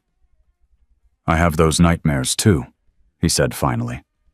"About what would have happened if I'd followed policy instead of my gut." Sarah looked at him. "You saved our lives." "I made a phone call. The Brotherhood did the rest." "Don't do that." Sarah's voice hardened. "Don't minimize what you did. You could have called the police. You could have let them take me to jail and put my kids in foster care. You could have walked away and told yourself it wasn't your problem." "I couldn't have done any of those things." "Why not?" Derek met her eyes. "Because I looked at Noah and saw every baby I couldn't save in Afghanistan. Because I looked at Tyler and saw every kid who lost their parents to war. Because I looked at you and saw myself 3 years ago sleeping behind a gas station convinced nobody gave a damn." He paused. "I couldn't walk away because walking away would have meant becoming the kind of person I swore I'd never be." Sarah felt tears welling up. "Derek, eat your pizza." His voice softened. "Trial's in 2 weeks. You need your strength." They ate dinner together. Tyler talked about school, about his friend Emma, about the book they were reading about dinosaurs. Noah made a mess with his sippy cup and laughed when Sarah pretended to be annoyed. Normal. Everything felt so wonderfully normal. After Derek left, Sarah put both boys to bed. She tucked Tyler in, kissed his forehead, watched him drift off, clutching his stuffed dinosaur. She checked on Noah, adjusted his blue blanket, the one David had given him, the blanket that had kept him warm through the worst nights, the blanket she'd never throw away as long as she lived. Then Sarah sat on her couch and opened her laptop. The document was titled, "My Story." She'd been writing it for weeks. Everything that had happened. The eviction, the car, the freezing nights, the moment she'd decided to steal formula because her baby was dying. Gavel had asked her to write it down. "Testimony is one thing," he'd said, "but your story in your own words, that's what changes minds." Sarah read through what she'd written. 15,000 words. The worst month of her life documented in painful detail. Tomorrow she'd finish it. And then the world would know what Victor Crane had done. The trial began on April 14th at exactly 9:07 a.m. Judge Patricia Morrison presided. The same judge who'd granted the emergency motions 3 months earlier. The same judge who'd looked at Victor Crane with barely concealed disgust. The courtroom was packed again. Every seat filled with leather vests. Brothers and sisters from chapters across Wisconsin, Illinois, Minnesota. 240 people who'd taken time off work, driven hours, paid for hotels, all to sit in a courtroom and show support for a woman most of them had never met. Sarah sat at the plaintiff's table with Gavel. Her hands were shaking. "Breathe." Gavel's voice was calm. "You've prepared for this. You know your story. Just tell the truth. What if they don't believe me? They'll believe you. Gavel nodded toward the gallery. And if they don't, they'll believe the 240 people who showed up to support you. Numbers like that send a message. Victor Crane sat at the defendant's table with his new attorney, a woman named Victoria Shaw, who'd made her reputation defending wealthy clients accused of white-collar crimes. Crane looked different than he had 3 months ago. Thinner, grayer. The orange jumpsuit had been replaced by a suit and tie, but the confidence was gone. He sat hunched in his chair, avoiding eye contact with everyone. All rise. The bailiff's voice cut through the murmurs. Court is now in session. The prosecution went first. Assistant District Attorney Marcus Reynolds laid out the case methodically. 31 fraudulent evictions, over $90,000 in stolen security deposits, 4 suspicious deaths, a pattern of predatory behavior spanning 6 years.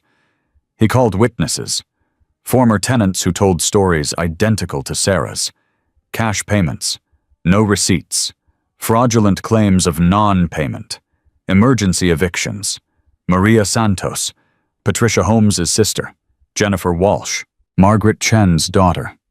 One after another they took the stand and described how Victor Crane had destroyed their families. The jury listened in growing horror. On the second day, Reynolds called his final witness. The prosecution calls Sarah Mitchell to the stand. Sarah stood on legs that felt like water. She walked to the witness stand, placed her hand on the Bible, swore to tell the truth. Then she looked at Victor Crane for the first time since the night she'd stolen formula. He wouldn't meet her eyes. Mrs. Mitchell. Reynolds approached the stand. Please tell the court about your experience as a tenant of Victor Crane. Sarah took a deep breath, and she told them everything. The apartment that had felt like safety, the cash payments Crane required, the receipts he never provided, the eviction notice that came out of nowhere claiming she was 3 months behind on rent she'd paid every single month. She told them about Deputy Morrison executing the court order, about begging him to look at her records to see that something was wrong, about having her belongings dumped on the curb in January. She told them about the shelter that was full, the bank that froze her money, the social services office that demanded documents she couldn't provide, the employer who fired her for missing work. She told them about her mother, about calling to beg for help and being told to figure it out like an adult. Mrs. Mitchell. Reynolds's voice was gentle. What happened after you lost your housing? We lived in my car. Sarah's voice cracked. Behind a Target store for 4 weeks. In February, in Wisconsin. Yes. What were the conditions like? The heater stopped working after 2 weeks. Radiator leak. I couldn't afford to fix it. Sarah wiped her eyes. We had blankets, but they weren't enough. Tyler's lips turned blue. Noah stopped crying because he was too weak. Too weak from what? From not eating. I ran out of formula. I couldn't afford more. I tried giving him sugar water, but he wouldn't drink it. Sarah's voice broke completely. My baby was dying, and I couldn't do anything to stop it. What did you do? I stole formula from Target. I walked in, put it in my bag, and walked out. I knew I'd be caught. I knew I'd be arrested. I didn't care. I just needed to feed my baby. And you were caught. Yes, by a security guard named Derek Williams. What happened when he caught you? Sarah looked at Derek in the gallery. He nodded slightly. He asked me to come to the security office. I told him I'd go. I told him he could arrest me, call the police, do whatever he wanted. She paused. I just asked him to let me feed my baby first. And did he? No. Sarah's voice steadied. He did something else. He bought the formula himself. He bought everything in my bag. And then he called people who could help. What people? A motorcycle club. The Iron Saints. They showed up that night. 200 of them. They got me a hotel room. They got me a lawyer. They found evidence that Victor Crane had been doing this to families for years. Objection. Victoria Shaw rose. The witness is testifying about matters outside her direct knowledge. Sustained. Judge Morrison looked at Sarah. Please confine your testimony to your personal experience, Mrs. Mitchell. Sarah nodded. What I know is this. I was dying. My children were dying. The system that was supposed to help us didn't. Victor Crane took everything from me because he knew I couldn't fight back. And if it wasn't for Derek Williams and the people he called, I wouldn't be here today. Reynolds nodded. No further questions. Victoria Shaw stood for cross-examination. Mrs. Mitchell, you claim you paid rent in cash every month. Is that correct? Yes. And you claim Mr. Crane never provided receipts. He always had excuses, said he'd send them later. They never came. But you continued paying cash for 14 months, without receipts. I kept my own records, dates and amounts. Records you created yourself, with no third-party verification. Sarah's jaw tightened. I photographed every payment, dates and times. Photographs that could have been staged at any time. Objection. Gavel stood. Counsel is arguing with the witness. Sustained. Shaw changed tactics. Mrs. Mitchell, isn't it true that you were experiencing financial difficulties before the eviction? My husband died 8 months before the eviction. We had medical bills, funeral costs, but I paid my rent. Every single month. Isn't it possible that you simply forgot to pay? That the stress of your husband's death caused you to miss payments you thought you'd made? No. Sarah's voice was ice. I paid. I have records. I have photographs. I have 14 months of documentation. Documentation you created yourself. Documentation that matches the pattern of 23 other victims who are testifying against your client. Shaw's face tightened. No further questions. Sarah stepped down from the witness stand on shaking legs. Gavel caught her arm, steadied her. You did good, he whispered. Really good. The trial continued for 3 more days. The prosecution presented Circuit's financial evidence. 2 sets of books. Insurance policies taken out on tenants. Payouts totaling over $700,000. They presented the emails.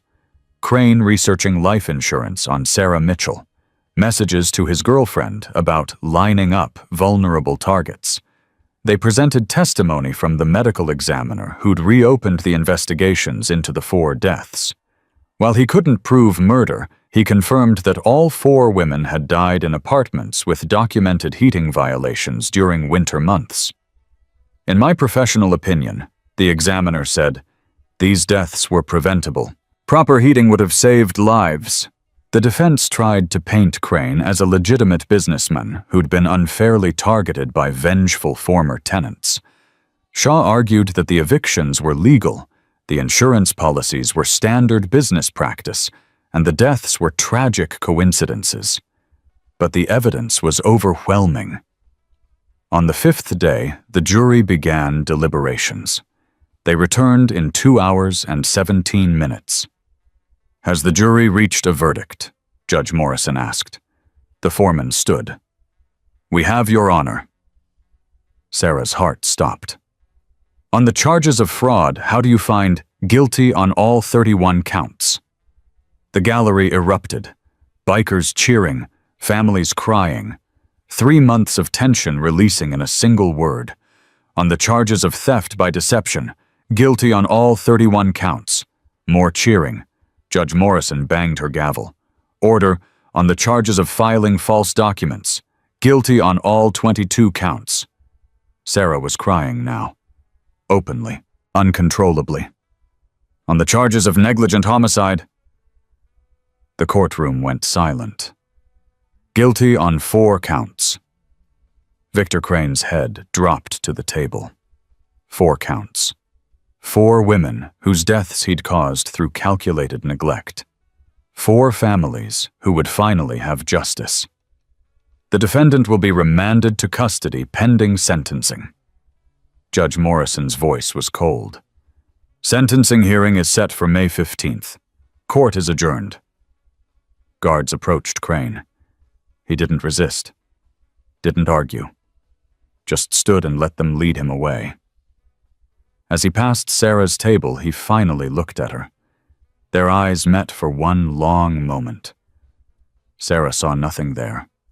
No remorse. No regret. Just the empty stare of a man who'd never understood that the people he'd destroyed were human beings. Then, he was gone. Bear found Sarah in the hallway, surrounded by brothers and sisters who wanted to congratulate her, hug her, tell her how brave she'd been. "How do you feel?" he asked. Sarah thought about it for a long moment.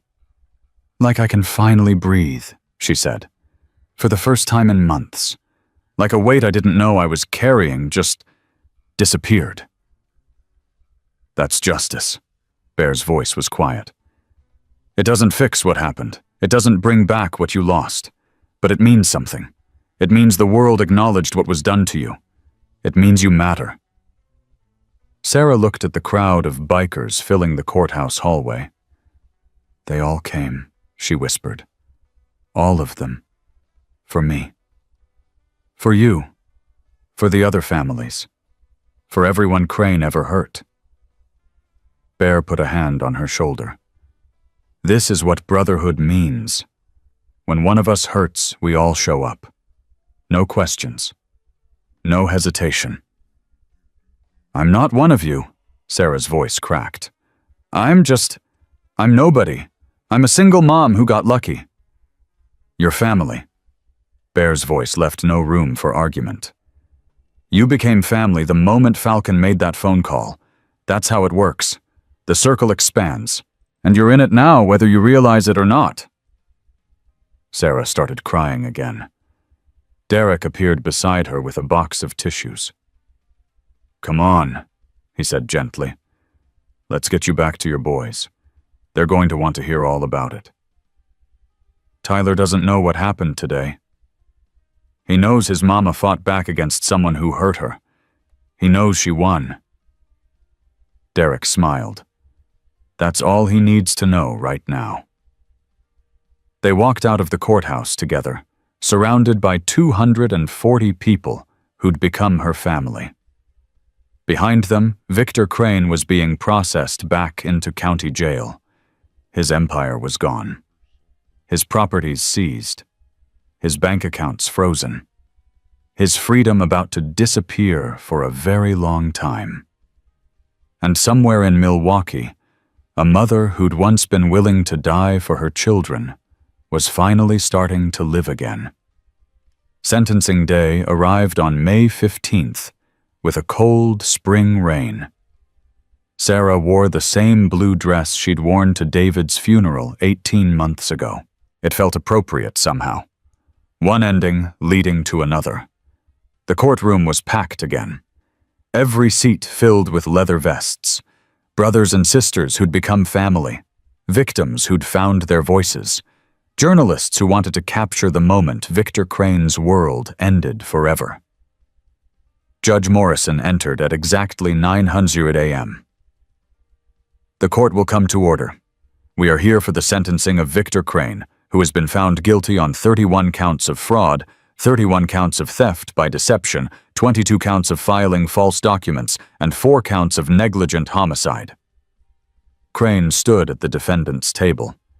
He'd aged 10 years in the 5 months since his arrest. Gray skin, hollow cheeks, the look of a man who'd finally understood that his actions had consequences. Does the defendant wish to make a statement before sentencing? Victoria Shaw nodded to her client.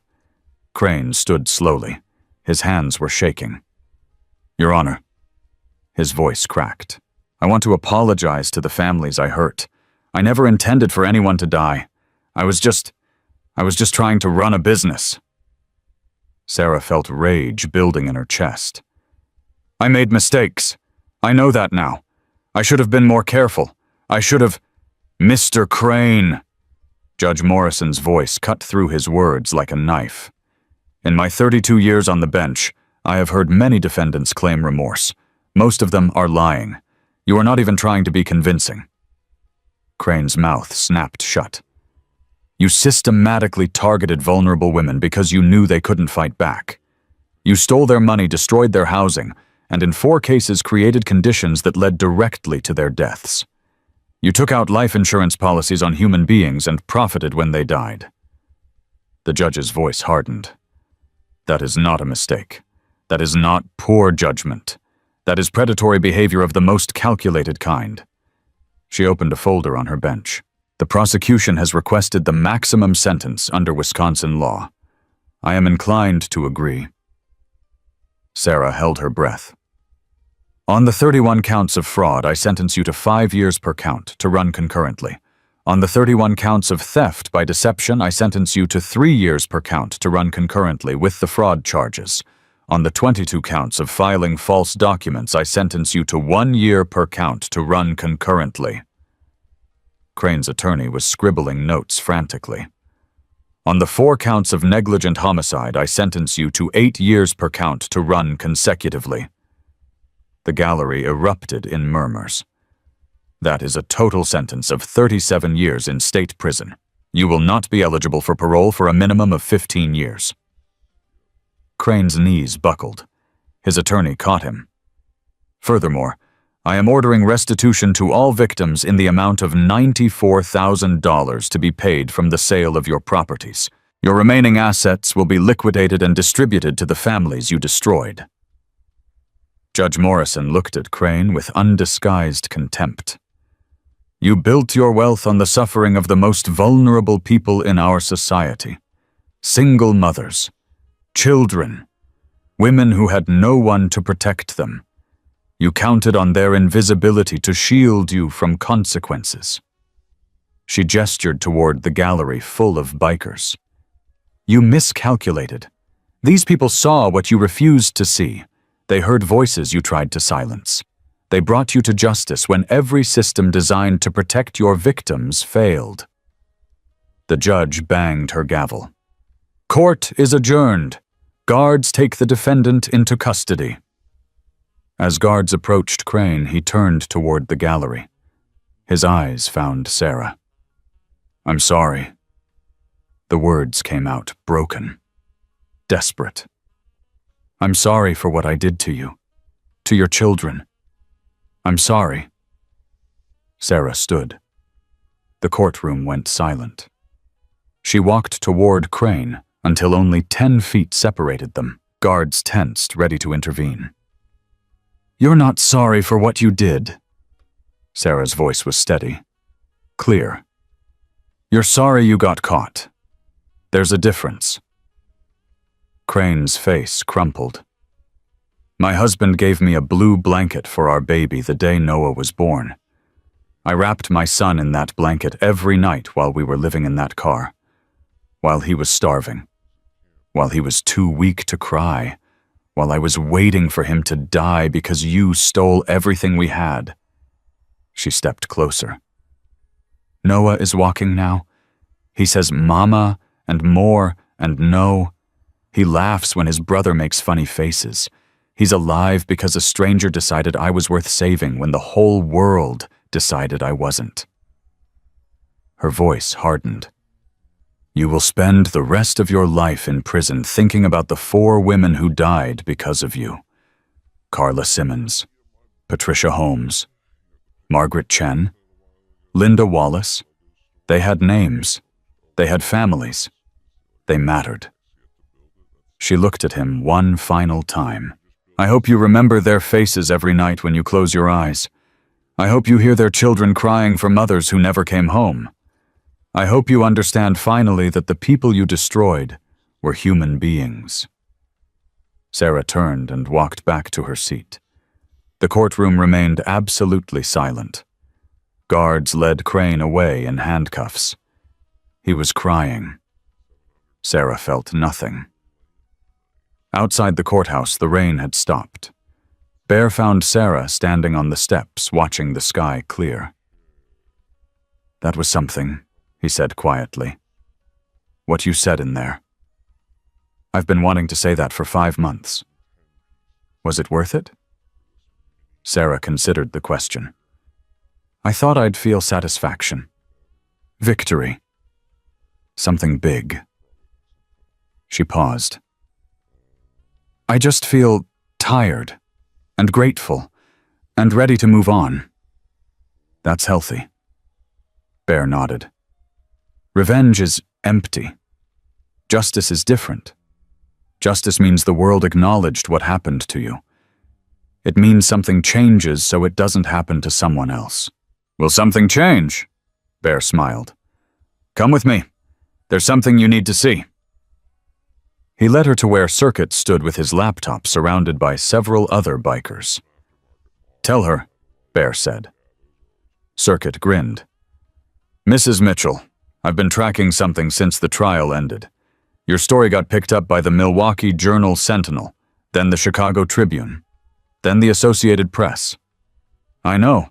Reporters have been calling me for weeks. It's bigger than that now." Circuit turned his laptop so she could see the screen. 3 state legislators introduced a bill last week. They're calling it the Sarah Mitchell Tenant Protection Act. Sarah's heart stopped. "What? Mandatory electronic receipts for all rent payments, statewide database to track eviction patterns, tripled penalties for fraudulent evictions, mandatory reporting of tenant deaths in rental properties." Sarah stared at the screen. "They named it after me. You testified in front of the Judiciary Committee 2 weeks ago. Remember?" Sarah remembered. Gavel had asked her to tell her story to state legislators. She'd thought it was just another interview, another chance to share what had happened. "Your testimony changed the vote." Circuit's voice was excited.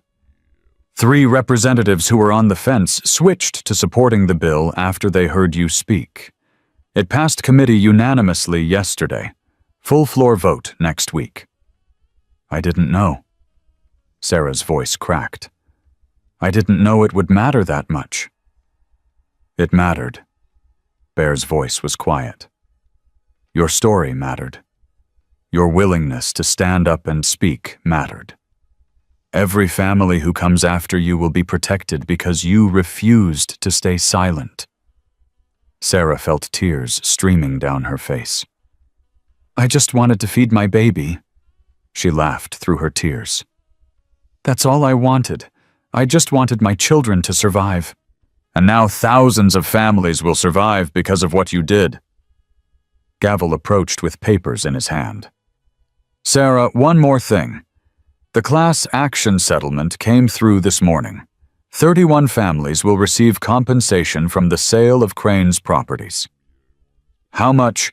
Total settlement is $4.3 million, divided among the victims based on documented losses." He handed her an envelope. "Your share is $147,000. Sarah's knees went weak. Derek caught her arm. 147,000. She could barely form the words. "Compensatory damages for the eviction, the stolen deposit, lost wages, emotional distress, and the endangerment of your children." Gavel smiled slightly. "It won't undo what happened, but it gives you options." Sarah opened the envelope with shaking hands. Inside was a check made out to Sarah Mitchell. More money than she'd ever seen in her life. "I can buy a house." The realization hit her like a physical force. "I can buy a house for my boys." "You can do whatever you want." Bear's voice was warm. "You're free." That evening, the Iron Saints held a celebration at their clubhouse. 260 people crowded into a space meant for half that many. Brothers and sisters from chapters across 5 states, victims' families who'd become part of the extended community, friends and allies who'd supported the cause. Sarah stood in the middle of it all, overwhelmed. Tyler ran through the crowd with Jacob Tank's grandson. The 2 boys had become inseparable over the past months. Noah sat on Angel's hip, chewing on a teething ring, completely oblivious to the significance of the gathering. "Speech!" someone shouted from the back. "Speech from Mrs. Mitchell!" The crowd took up the chant. "Speech! Speech! Speech!" Sarah shook her head, laughing. "I don't know what to say." Bear appeared beside her with a microphone. "Say whatever's in your heart." Sarah took the microphone. The room went quiet. 6 months ago, I was standing in a Target with stolen formula in my bag, waiting to be arrested. My baby hadn't eaten in 2 days. My son's lips were blue from cold. I had accepted that we were going to die. She paused. A security guard named Derek Williams changed everything. He didn't follow policy. He didn't call the police. He called you. Her eyes swept the crowd. "I didn't understand why you helped me. I kept asking, and nobody could give me an answer that made sense. Why would 200 strangers show up for someone they'd never met? Why would you spend your money, your time, your energy on a woman who had nothing to offer in return?" Sarah's voice cracked. "Now I understand. You helped me because that's who you are. Not bikers, not a gang, a family that expands to include everyone who needs protection." She looked at Bear. "You told me once that I became family the moment Derek made that phone call. I didn't believe you. I thought family was blood. I thought family was the mother who refused to help me when my children were starving." Tears streamed down her face. "I was wrong. Family is the people who show up when you need them. Family is the strangers who see you when the whole world looks away. Family is this." She gestured at the crowd. "Every single one of you saved my life. My children are alive because of you. I have a home because of you. I have hope because of you." Sarah wiped her eyes. "I can never repay what you've done, but I can pay it forward. I can show up for someone else the way you showed up for me. I can see someone who's invisible and say, 'I notice you. You matter. You're not alone.'" She raised the microphone higher. "That's what I learned from all of you. The most powerful thing in the world isn't money or status or connections. It's paying attention. It's seeing people who are suffering and choosing to help instead of walking away." Sarah looked at Derek. "Derek, you asked me once why I thanked you for buying formula. I said it was because you saved my life. But that's not really why." Derek waited. "I thanked you because you saw me. For the first time in weeks, someone looked at me and saw a human being instead of a problem. You saw a mother instead of a criminal. You saw someone worth saving." Her voice strengthened. "That's what changes the world. Not grand gestures, not dramatic rescues, just people seeing each other. Just ordinary moments of choosing compassion over convenience." Sarah took a deep breath. 6 months ago, I was nobody. Invisible. Falling through the cracks of a system designed to let people like me disappear. Today, I have a family of 260 brothers and sisters. I have a settlement that will let me buy a home. I have a law being named after me that will protect families for generations." She smiled through her tears. "All because one person decided I was worth seeing." The room erupted in applause. Later that night, Sarah sat outside the clubhouse watching the stars. Derek found her there. "Heavy thoughts, good thoughts." Sarah smiled. "I was thinking about David. Your husband. He would have loved this, all of it. The bikers, the trial, the victory. He always believed people were basically good. Was he right? Sarah considered the question. Some people are good. Some people are Victor Crane. The trick is finding the good ones and holding on to them. Derek sat down beside her. What happens now? I'm going to buy a house, something small with a yard for the boys, maybe near the school so Tyler can walk. Sarah paused. And I'm going to volunteer at St. Mary's shelter, help families navigate the system that almost destroyed me. That's a big commitment. It's the least I can do. Someone helped me when I had nothing. I need to do the same for others. Derek was quiet for a moment. You know, when I made that phone call to Bear, I had no idea what would happen. I just knew I couldn't let you disappear. Why did you care? You didn't know me. I told you. Someone helped me once. Changed my life. I made a promise to pay it forward. And now, Derek looked at her directly. Now I'm going to keep that promise. Every day, every chance I get. Because that's what we do. That's what brotherhood means. Sarah reached over and took his hand. Thank you. Her voice was quiet. For everything. For seeing me when I was invisible. For calling Bear. For showing up every day since. You don't have to thank me. Yes, I do. Because gratitude matters. Acknowledging the people who save us matters. Sarah squeezed his hand. You matter, Derek. Don't ever forget that. They sat together in comfortable silence, watching the stars. 1 year later, Sarah stood in the front yard of a small house on Maple Street, watching Tyler ride his bike in circles. Mama, look, no hands. I see you, baby. Be careful. Noah toddled across the grass, chasing a butterfly he had no hope of catching. 2.5 years old now, talking in full sentence, obsessed with trucks and dinosaurs and the color blue. The blue blanket was in his room, folded carefully on his bed. Too worn for everyday use now, but too precious to throw away. Sarah's phone buzzed. A text from Bear. Legislation signing tomorrow. Governor wants you there. Car leaves at 7 a.m. Sarah smiled and typed back, I'll be ready. The Sarah Mitchell Tenant Protection Act had passed both houses unanimously. Tomorrow it would become law. Every rental property in Wisconsin would be required to provide electronic receipts. Every eviction would be tracked in a statewide database. Every tenant death would be investigated. 31 families had been compensated for what Victor Crane stole from them. 4 families had received closure for mothers, daughters, sisters, who died because one man saw profit in their vulnerability.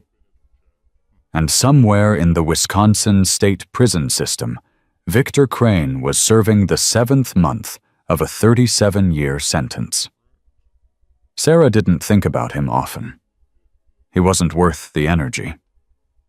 She thought instead about the future. About Tyler starting 2nd grade in the fall.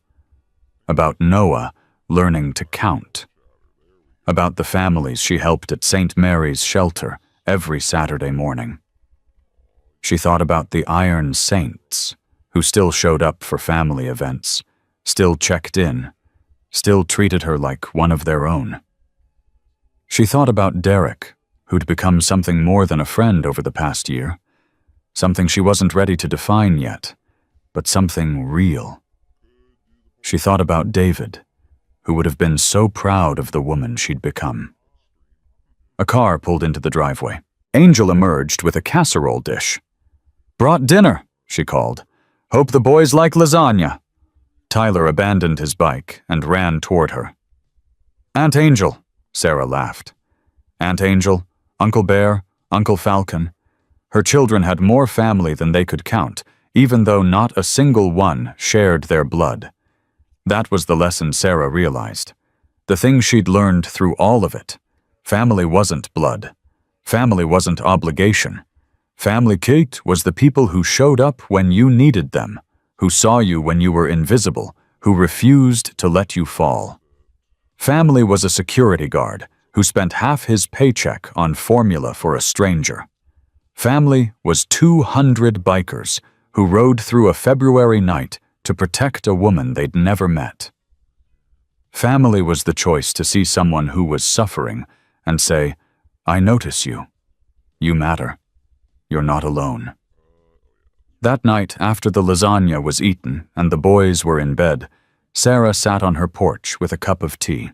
The neighborhood was quiet, safe, the kind of place she'd dreamed about during those freezing nights in the car. She thought about the woman she'd been 6 months ago, desperate, hopeless, ready to accept whatever punishment the world wanted to give her. That woman was gone. In her place stood someone stronger, someone who'd learned that asking for help wasn't weakness, someone who'd discovered that the world contained more kindness than she'd ever imagined hidden in unexpected places. Sarah Mitchell had been invisible once. She would never be invisible again. And she would spend the rest of her life making sure others didn't have to be either. Because that's what you do when someone saves you. You turn around and save someone else. That's not charity. That's not obligation. That's brotherhood. And it's how the world gets better one person at a time. If this story moved, you remember this: you don't need 200 motorcycles to change someone's life. You don't need money or power or connections. You just need to pay attention, to see the person next to you who's struggling, to ask if they're okay, to help when you can. Sarah Mitchell asked for 7 words. Just let me feed him first. One person heard her, and everything changed. The question isn't whether you'll encounter someone who needs help. You will. Today. Tomorrow. Every day for the rest of your life. The question is what you'll do when that moment comes. Will you look away, or will you be the person who sees the choice is yours? Make it count.